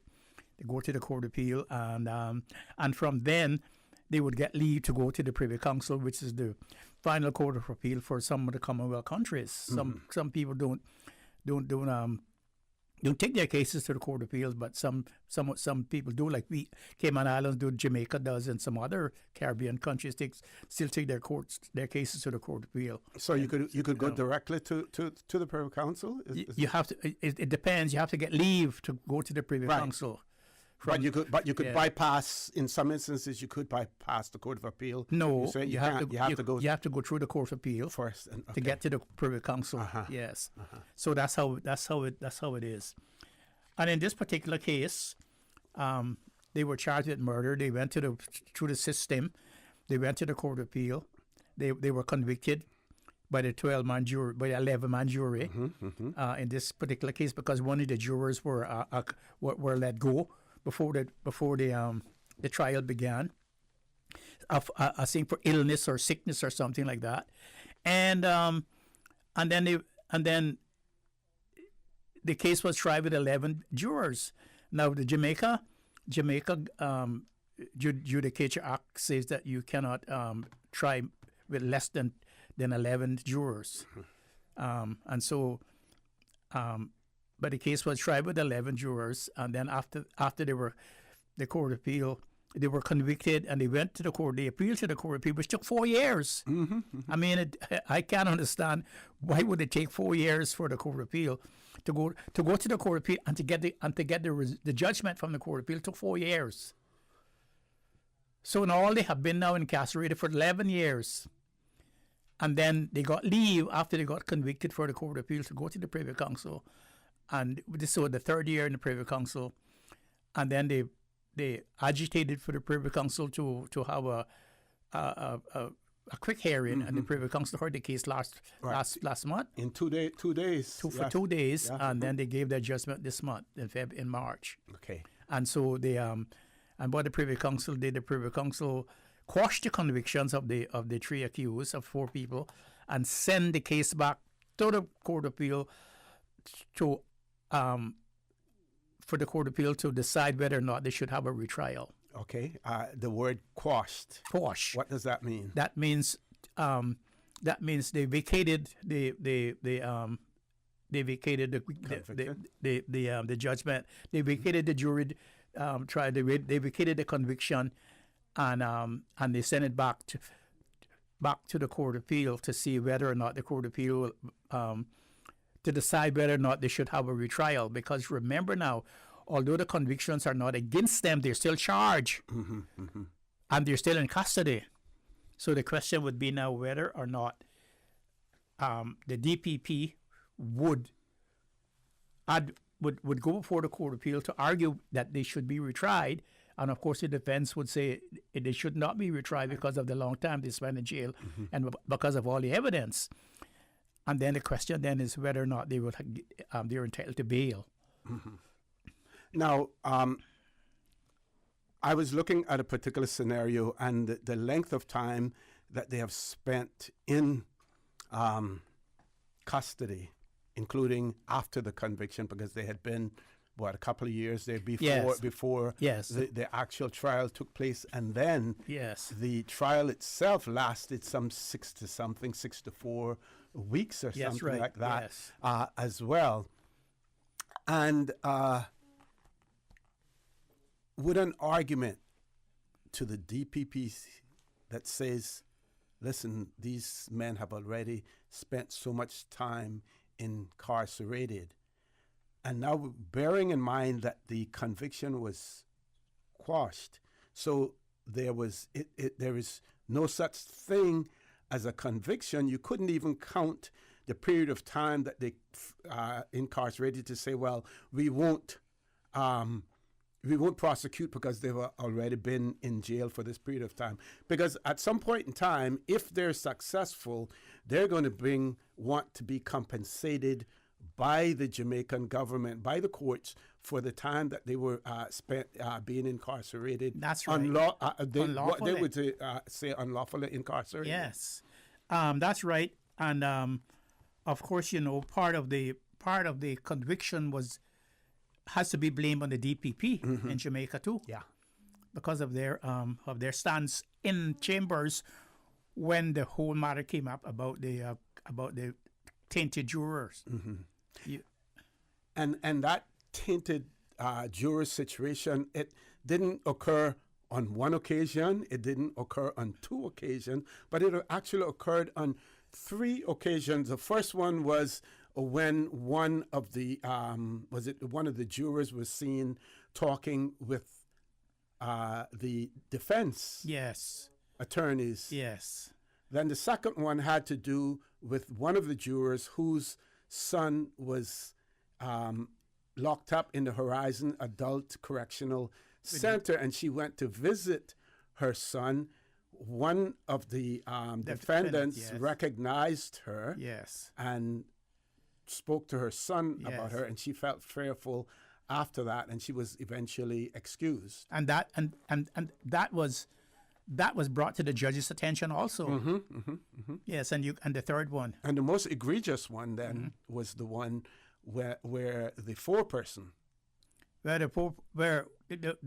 where someone had approached the foreperson with a $500,000 bribe to bring in a particular verdict of not guilty.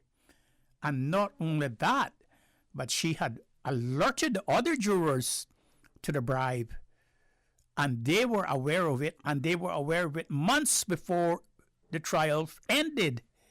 They were aware of it during the trial, and they only brought it to the attention of the judge just days before his summing up. I lost it here on my computer. Let me restore that for you. What you have to do is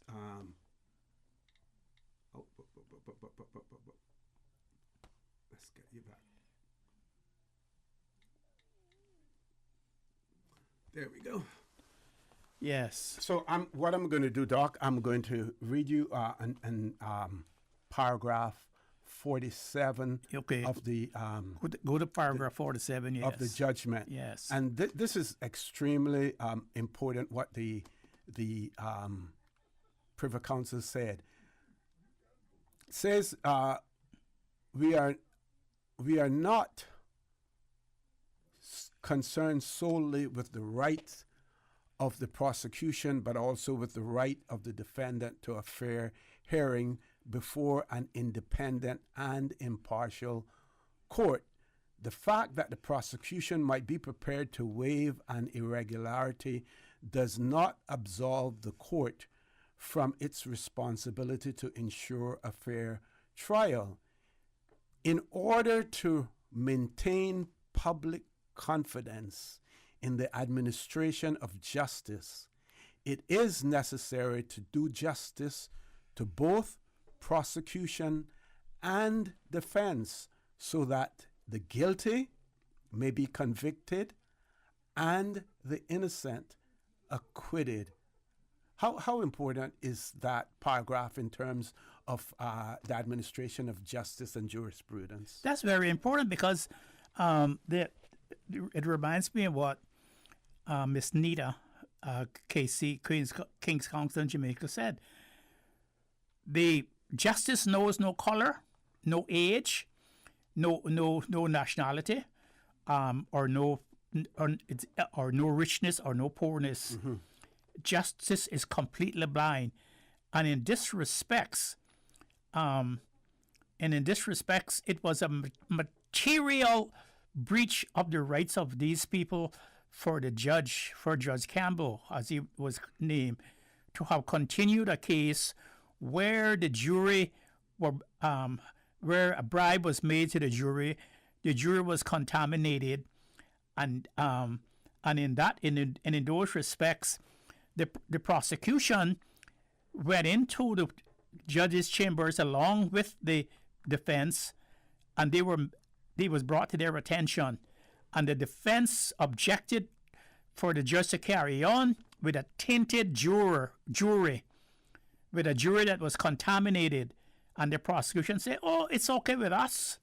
It's okay with us if a jury is tainted, because it's been so many days now since the trial has been going on, and it wouldn't make much difference." That's what the prosecution said. And so the Privy Council rightly said that justice is necessary to do. It says, in order to maintain public confidence in the administration of justice, it is necessary to do justice to both prosecution and defense, that the guilty may be convicted and the innocent acquitted. That is a fundamental. That is a fundamental right that everyone who goes before the court is entitled to. And we see that sort of injustice creeping in pair two in Cayman, with the Mark Bush case, the Kiva Bush case, where the judge had to actually stop the case because of the injustice in the case, where the prosecution has evidence that could exonerate you, and the witness were told not to reveal that evidence to the defense, not to bring those videos, that part of the videos, to the defense that showed a different side of the case from what the prosecution was presenting. That is something that should not continue in Cayman. That is something that some head should roll and someone should go, because that was done deliberately. That was not something that they didn't know, and that it came up where there was a video that they didn't know about, and that it not just came to light. That was something that they deliberately did, that allowed the judge to have to actually stop the case for an injustice. And that's not only in that case too, but in the Dr. Dalton Watler's case. Okay, folks, we have to take a commercial break. Please stay tuned. For the record, we'll be back shortly.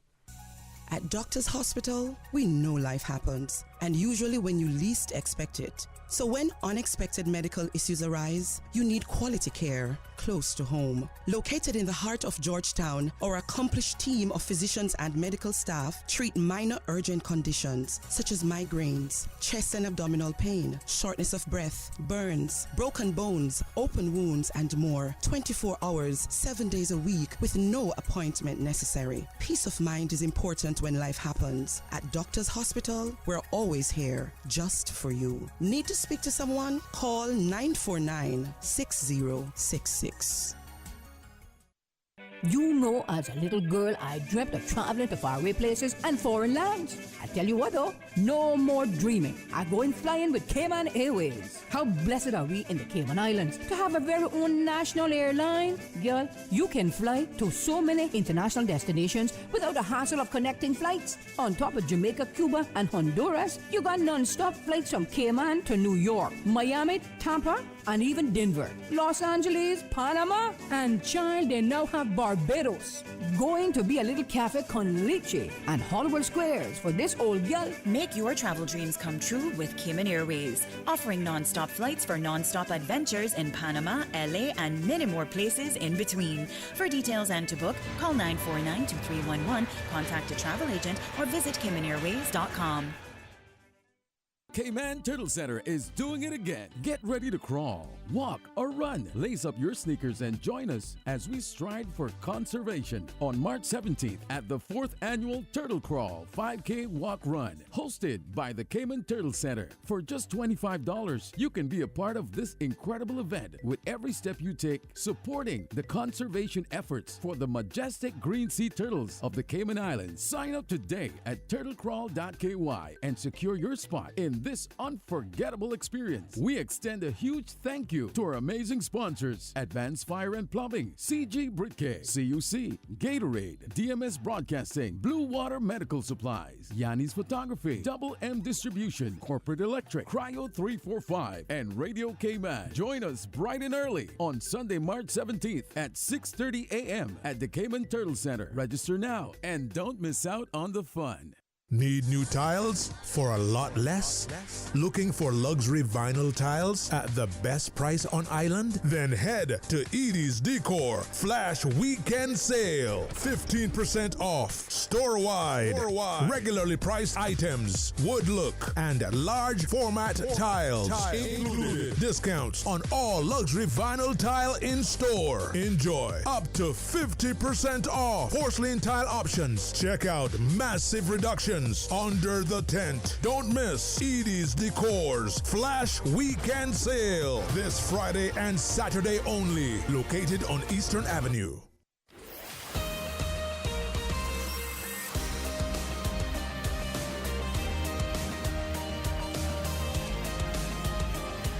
For the Record with Orrett Connor.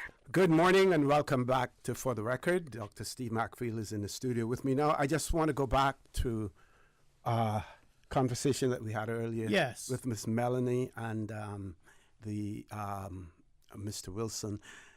This person said, and this has to do with the generational hub that Miss Brian spoke about. He said, would your guests acknowledge if there are any places that could be used as a place that's available in the outer districts except the hub, a bit more convenient for everyone? So we know that the hub is located right next to Foster's Airport, but this person is curious to know whether or not there are other available areas in the other districts so that persons don't have to come into the district for that.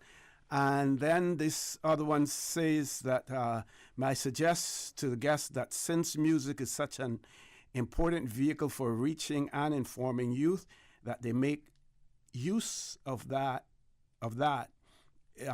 in some of the gatherings involving youth.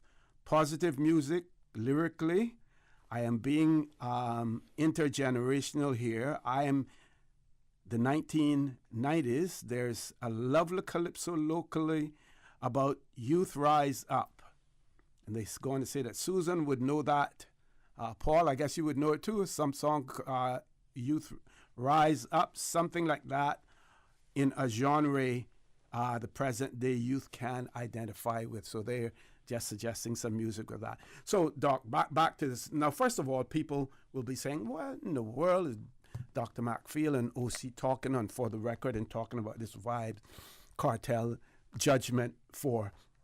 But all judgments are important. All judgments are important, especially the Privy Council judgments when it comes to criminal cases in the Caribbean. Exactly. All judgment, and especially when it comes to material wrong, and especially when it comes on the human rights of the individuals. Yeah. And as I was saying, in the McKeever Bush case, the judge had to stop the case because of the material wrong in the case. Now, this judge here didn't allow the case to get away from him like what happened in the Campbell's case in Jamaica that wound up in the Privy Council. He stopped the case when he saw what was going on. The same thing happened in the case against the Crown here against Dr. Dalton Watler. The only reason why Dr. Dalton Watler was arrested was because he had the same name of other people who were being investigated for criminality. Dr. Watler was arrested, and a warrant was issued to search his house, and they found $30,000 US that he had in his house. He gave an explanation for it, and he says that he said that he was accumulating that money for 4 years by buying the US dollars from the bank, and also cashing the checks of certain people who had worked in the tourist industry, cashing their US checks and giving them and giving them US dollars for it and keeping the US for himself. That's what he told the police. The police only went to the bank and only researched 2 years, never went to the other two, and never asked any of the witnesses, any of the people who gave up, who checks they held, whether or not this was true that they were selling the checks to Dr. Watler. Anyway, the case wound up in court.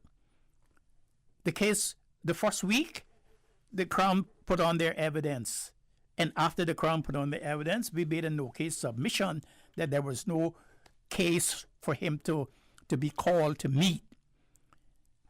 And the judge in that case found that not only there was no case for him to meet, in other words, no case for him to go before a juror, therefore was no case at all, but there was not a scintilla of evidence to show that Dr. Watler was involved in any criminality whatsoever.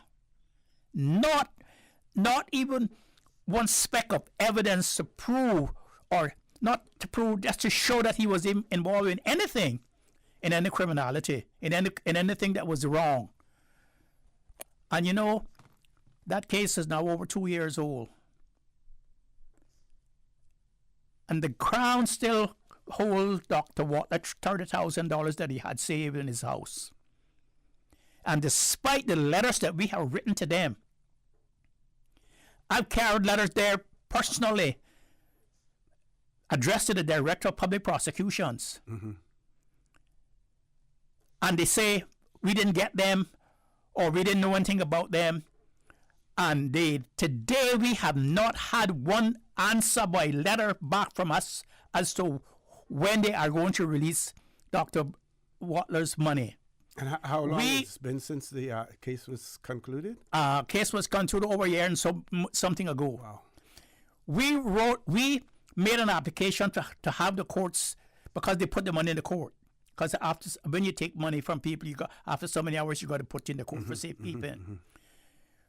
We made an application for the court to release that money.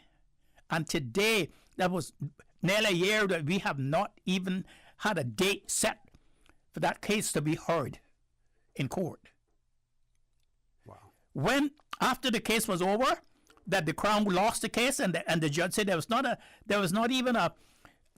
dust of evidence to prove that he was mixed up in anything, so that it means that the money did not come from any illegal act.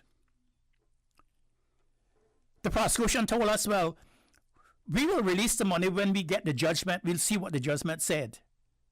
We understand that they removed our prosecutor from the DPP department and sent him to the HSA to work. That is the kind of thing that's creeping up here too. The kind of irregularity that's creeping up here too, that we must not allow to continue. Because what it does, it undermines the system, and then people do not have any integrity in the justice system at all. That is why this case, like Cartel's case, where a judge allowed the case to go on when the jury was tainted, when all the jurors were tainted, when all the jurors knew of the bribe, when the jurors were bribed and they knew about it, in order not to stop the case, in order to get a conviction, that is not good. That is not good. And some hate should roll in Jamaica too, as well. Okay. Paul, let's take the commercial break first, and we'll take the caller after this, where we can go right through until 10 o'clock after that. Folks, please stay tuned for the record. We'll be back shortly. You know, as a little girl, I dreamt of traveling to faraway places and foreign lands. I tell you what though, no more dreaming. I'm going flying with Cayman Airways. How blessed are we in the Cayman Islands to have a very own national airline? Girl, you can fly to so many international destinations without the hassle of connecting flights. On top of Jamaica, Cuba, and Honduras, you got non-stop flights from Cayman to New York, Miami, Tampa, and even Denver, Los Angeles, Panama, and child, they now have Barbados. Going to be a little cafe con leche and Hollywood Squares for this old gal. Make your travel dreams come true with Cayman Airways, offering non-stop flights for non-stop adventures in Panama, LA, and many more places in between. For details and to book, call 949-2311, contact a travel agent, or visit CaymanAirways.com. At Doctors Hospital, we know life happens, and usually when you least expect it. So when unexpected medical issues arise, you need quality care close to home. Located in the heart of Georgetown, our accomplished team of physicians and medical staff treat minor urgent conditions such as migraines, chest and abdominal pain, shortness of breath, burns, broken bones, open wounds, and more. 24 hours, 7 days a week with no appointment necessary. Peace of mind is important when life happens. At Doctors Hospital, we're always here just for you. Need to speak to someone? Call 949-6066.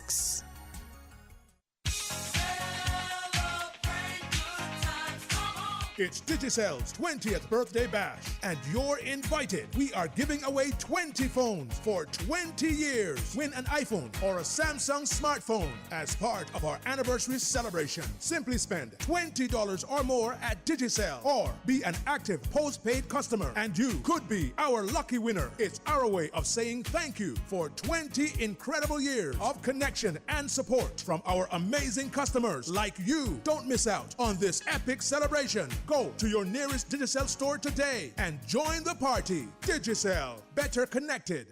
This is Winston Connolly, and I work in the financial services sector. I'm concerned about the way climate change is affecting our energy sector. Storms can delay fuel imports and damage infrastructure, and heat waves can destabilize the grid. These issues can prevent Caymanians from using their cars, lights, and air conditioning. To learn more about the climate risks to our islands, visit www.gov.ky/climate change policy.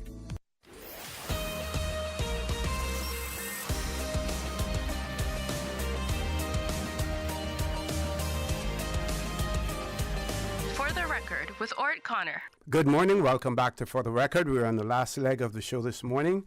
Doc, I'm going to read another section of this judgment from for you. Paragraph 52 says, 2 points emerge with great clarity from this judgment. The first is that an improper approach to a juror may influence that juror for or against a defendant. In the present case, on the forewoman's account, which was the only account before the judge, an improper approach had been made to 10 members of the jury by the 11th juror, X.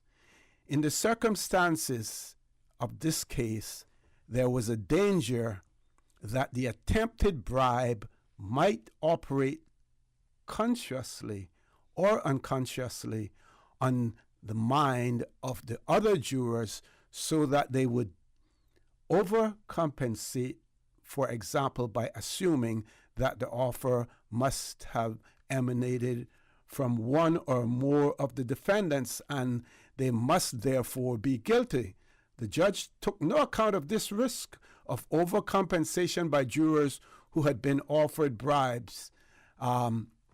So again, it's a situation where the bribes were offered and the court not only should take into consideration, and they did, the Privy Council take into consideration, that it could go either way. You could have prejudiced the jury to come down harder on the defendant, as well as the bribe may have been intended to exonerate the defendants, but no one knows, what the results of that would have been. How important is that as well? Because we always think of bribes being, to tilt the case in one direction, but it could go either way, they're saying. And the important thing about that, there was no evidence that the bribe came from any of the defendants. Yes. There was no evidence of that at all. That any of the bribes was done by any of the defendants. So here's the juror. You know that that bribes have been offered to all of you. And so in order to show that you have not been affected by the bribes, you find the person guilty. When you should have found him not guilty. Yeah. That is what the judges in the Privy Council are talking about. Yes. That's the danger that you run into. And it's unsafe. It's unsafe. And so those are the things that that good lawyers and good judges are look for. Happy we have some good judges in Cayman. We are fortunate to have some good judges in Cayman that looks for those things and do those things. But just like how this matter came through the prosecution department, they were the ones complicit in the process. The DPP in Jamaica was complicit in having this conviction against them recorded.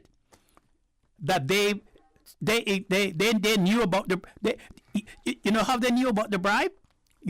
What signifies?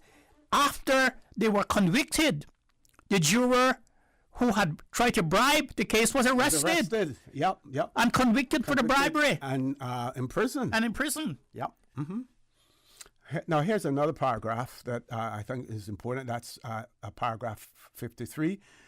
The other matter emerging from the judgment of, and talks about Lord Bingham. Yes. In the case of Putnam, is that the efficacy and fairness of trial by jury depends upon the collective integrity of jurors and the individual integrity of the members. In the present case, quite apart from the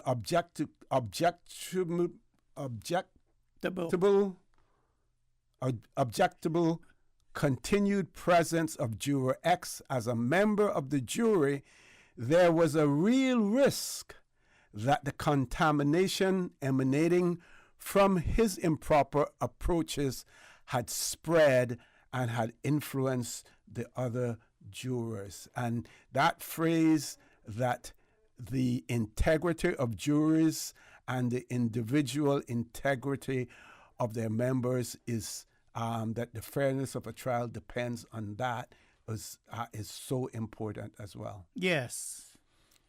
So that's very important. And looking at this case, or what it says, because that's why I was for months I was following this case to see whether or not what the Privy Council was going to say in about a case like this. So it seems to me that there is something has to be done about the kind of judges in Jamaica and how they are and how they are selected, because as I understand it from their jurisdiction, most of the judges there come from the prosecution side. In other words, most of the judges are former prosecutors. And so you know what kind of jurisprudence they are bringing to the bench. Yes. So we're fortunate here, like I said, that we have some great judges. We have a great Chief Justice here who is of the highest integrity, and she is always striving to for some sort of perfection to make it better and to improve the system as she finds it, and we're so grateful for that. But most of the stuff here comes as in Jamaica from the prosecution side. McBush case, it was the prosecution who caused the judge to stop the case. In Dr. Dalton Watler's case, it was the prosecution who caused them to stop the case. Can you imagine? After 4 years of, the prosecution said that they took 2 years to investigate that matter. And when he told them that he had been getting money from the bank, saving money from the bank in US dollars from 4 years, all they had to do, go there and look at his account and they would see where he was buying the US dollars, but they didn't do that. Okay. We have one caller. Let's grab the caller before we close off. Caller, good morning. Welcome to For the Record. Good morning. Good morning. Good morning, Dr. Steve. How are you? I'm fine. God is good. As I was listening to you guys, I know that I am a product of injustice that done to me just the same. And up until now, that situation and that case, I just sent me to the lawyer office, and from the lawyer office, my proof of most of my proof of things were destroyed. And that case just went right into the favor of the person. And this is what I'm saying to the panel and to the whole Cayman Islands. It's full time for the great persons to put down their foot and weed out the bad ones. Because the great ones, them, are like, look at Dr. Steve, look at Mr. O.C., and look at others. And there was a judge at the time who see in the situation, and she gave me a minute of order because I was just flew down from the States. Very ill. And up until today, what I was told, oh, there is no justice in the court system. They took it from that judge on and put it into another judge on, and that was where everything go in the favor of that person. And most of my proof was destroyed. So it is here, and it's not only in the court system, it's from some of them from the station, some from the department. And the bad things my father would say, easy to catch. And the great things is hard to catch. I am just praying for God to work things out that all injustice come to light for a better country. If we stand together with the right, things will go better. And then the youths, them, would have their future in the right and proper manner. That's my few words. Thank you. Thank you very much. Well said. God bless Thank you. Caller Thank as you. well. Thank you very much, ma'am. So, Doc, we know that the debate is still going on in Jamaica in relation to continuing to use the Privy Council as the court of last resort, for Jamaica, and whether or not it'll go to a referendum or whether or not just constitutional changes by the Jamaica Parliament we don't know. But I saw an article in the Gleaner, today's Gleaner, long live the Privy Council. Yes. Do you think that this ruling will have any effect on the perception that people have of the Privy Council? Because let's say for instance, right, the Court of Appeals, if they were the Privy Council in this particular case, yes, that would be the end of them. End of them. That's right. That would be the end of them. They would have been 35 and 25 years in jail. Yes. So, while there may be strong arguments for and against keeping the Privy Council, and we even see in this judgment where the Privy Council, to a certain extent, deferred to the Court of Appeals because they pointed out that they were certainly more au fait of the local situation, the local conditions and everything else, even though they sort of like gave them a slap on the wrist because, you can probably tell us better than anyone else in terms of appeals and stuff like that. It is highly unusual for any court to strongly criticize another court. There's certain amount of reverence that is placed. They don't directly criticize you, but they do it in a roundabout way. And they have a way of saying, well, this is what they found. Now, coming back to the argument about the Privy, if a referendum was held in Jamaica today or tomorrow or next week, or even next year, I don't think that as to whether they should keep the Privy Council or not, I don't think that it would be a no. To not keep the Privy Council. Yeah. Because even the most prominent lawyers in Jamaica today, who read this case, who saw it, have said that they are happy that they still have the Privy Council. That the Privy Council don't know wives, They don't know any of these defendants, and they made a judgment based on what they saw, the facts that they saw. And that is how courts should make their decisions. And I think that they feel that they're in the Jamaican court system, there is not enough reverence and there's not enough respect for the rights and for the laws in Jamaica, how they are written. They run roughshod over when they want a conviction or whatever they want to do. And they say that, look, the Privy Council don't know us. They don't really care who Wives is. They don't know that if he's a dance hall artist, that doesn't affect them or what he said. And so that is the reasons why I say that they are not going to Jamaica's not going to get away, do away with the Privy Council. Quick question in relation to our article. In what cases or what level of the court that you have to have a unanimous decision as opposed to a majority decision? Well, in the Grand Court, in any jury trial, you can have a majority decision, but it has to be after a certain amount of time that the jury go out. Okay. If they can't reach a unanimous decision, a judge will take a majority decision, but you have to be at a certain amount of time. And remember, that was one of the things in this case too. Yes. They were out for about an hour. Yes. And came back and said they could not get a majority decision, and he did not direct him they could not have a unanimous decision, and he did not direct them on a majority decision. And they went back and came back with a majority decision, 10-1. 10-1. Wow, yeah.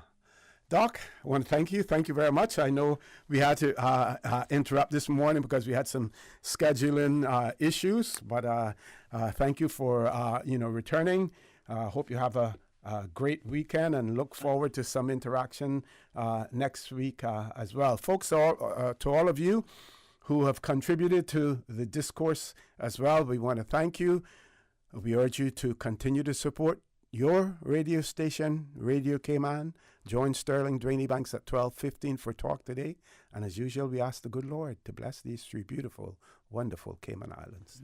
For the Record, proudly brought to you by Brand Source Home Gallery, inspiring luxury, and JN Money. From abroad to yard. Fast, affordable, convenient. Doctors Hospital. Peace of mind is important when life happens. Doctors Hospital, always there for you. Call 949-6066. And Cayman Airways. Call them on 949-2311 to book your nonstop flights to Los Angeles and Panama. And now, Barbados. And Digicel, Cayman's bigger, better network. Since 1976. Covering Grand Cayman, Little Cayman, and right. One small step for man, one giant leap for mankind. Radio Cayman in the Cayman Islands.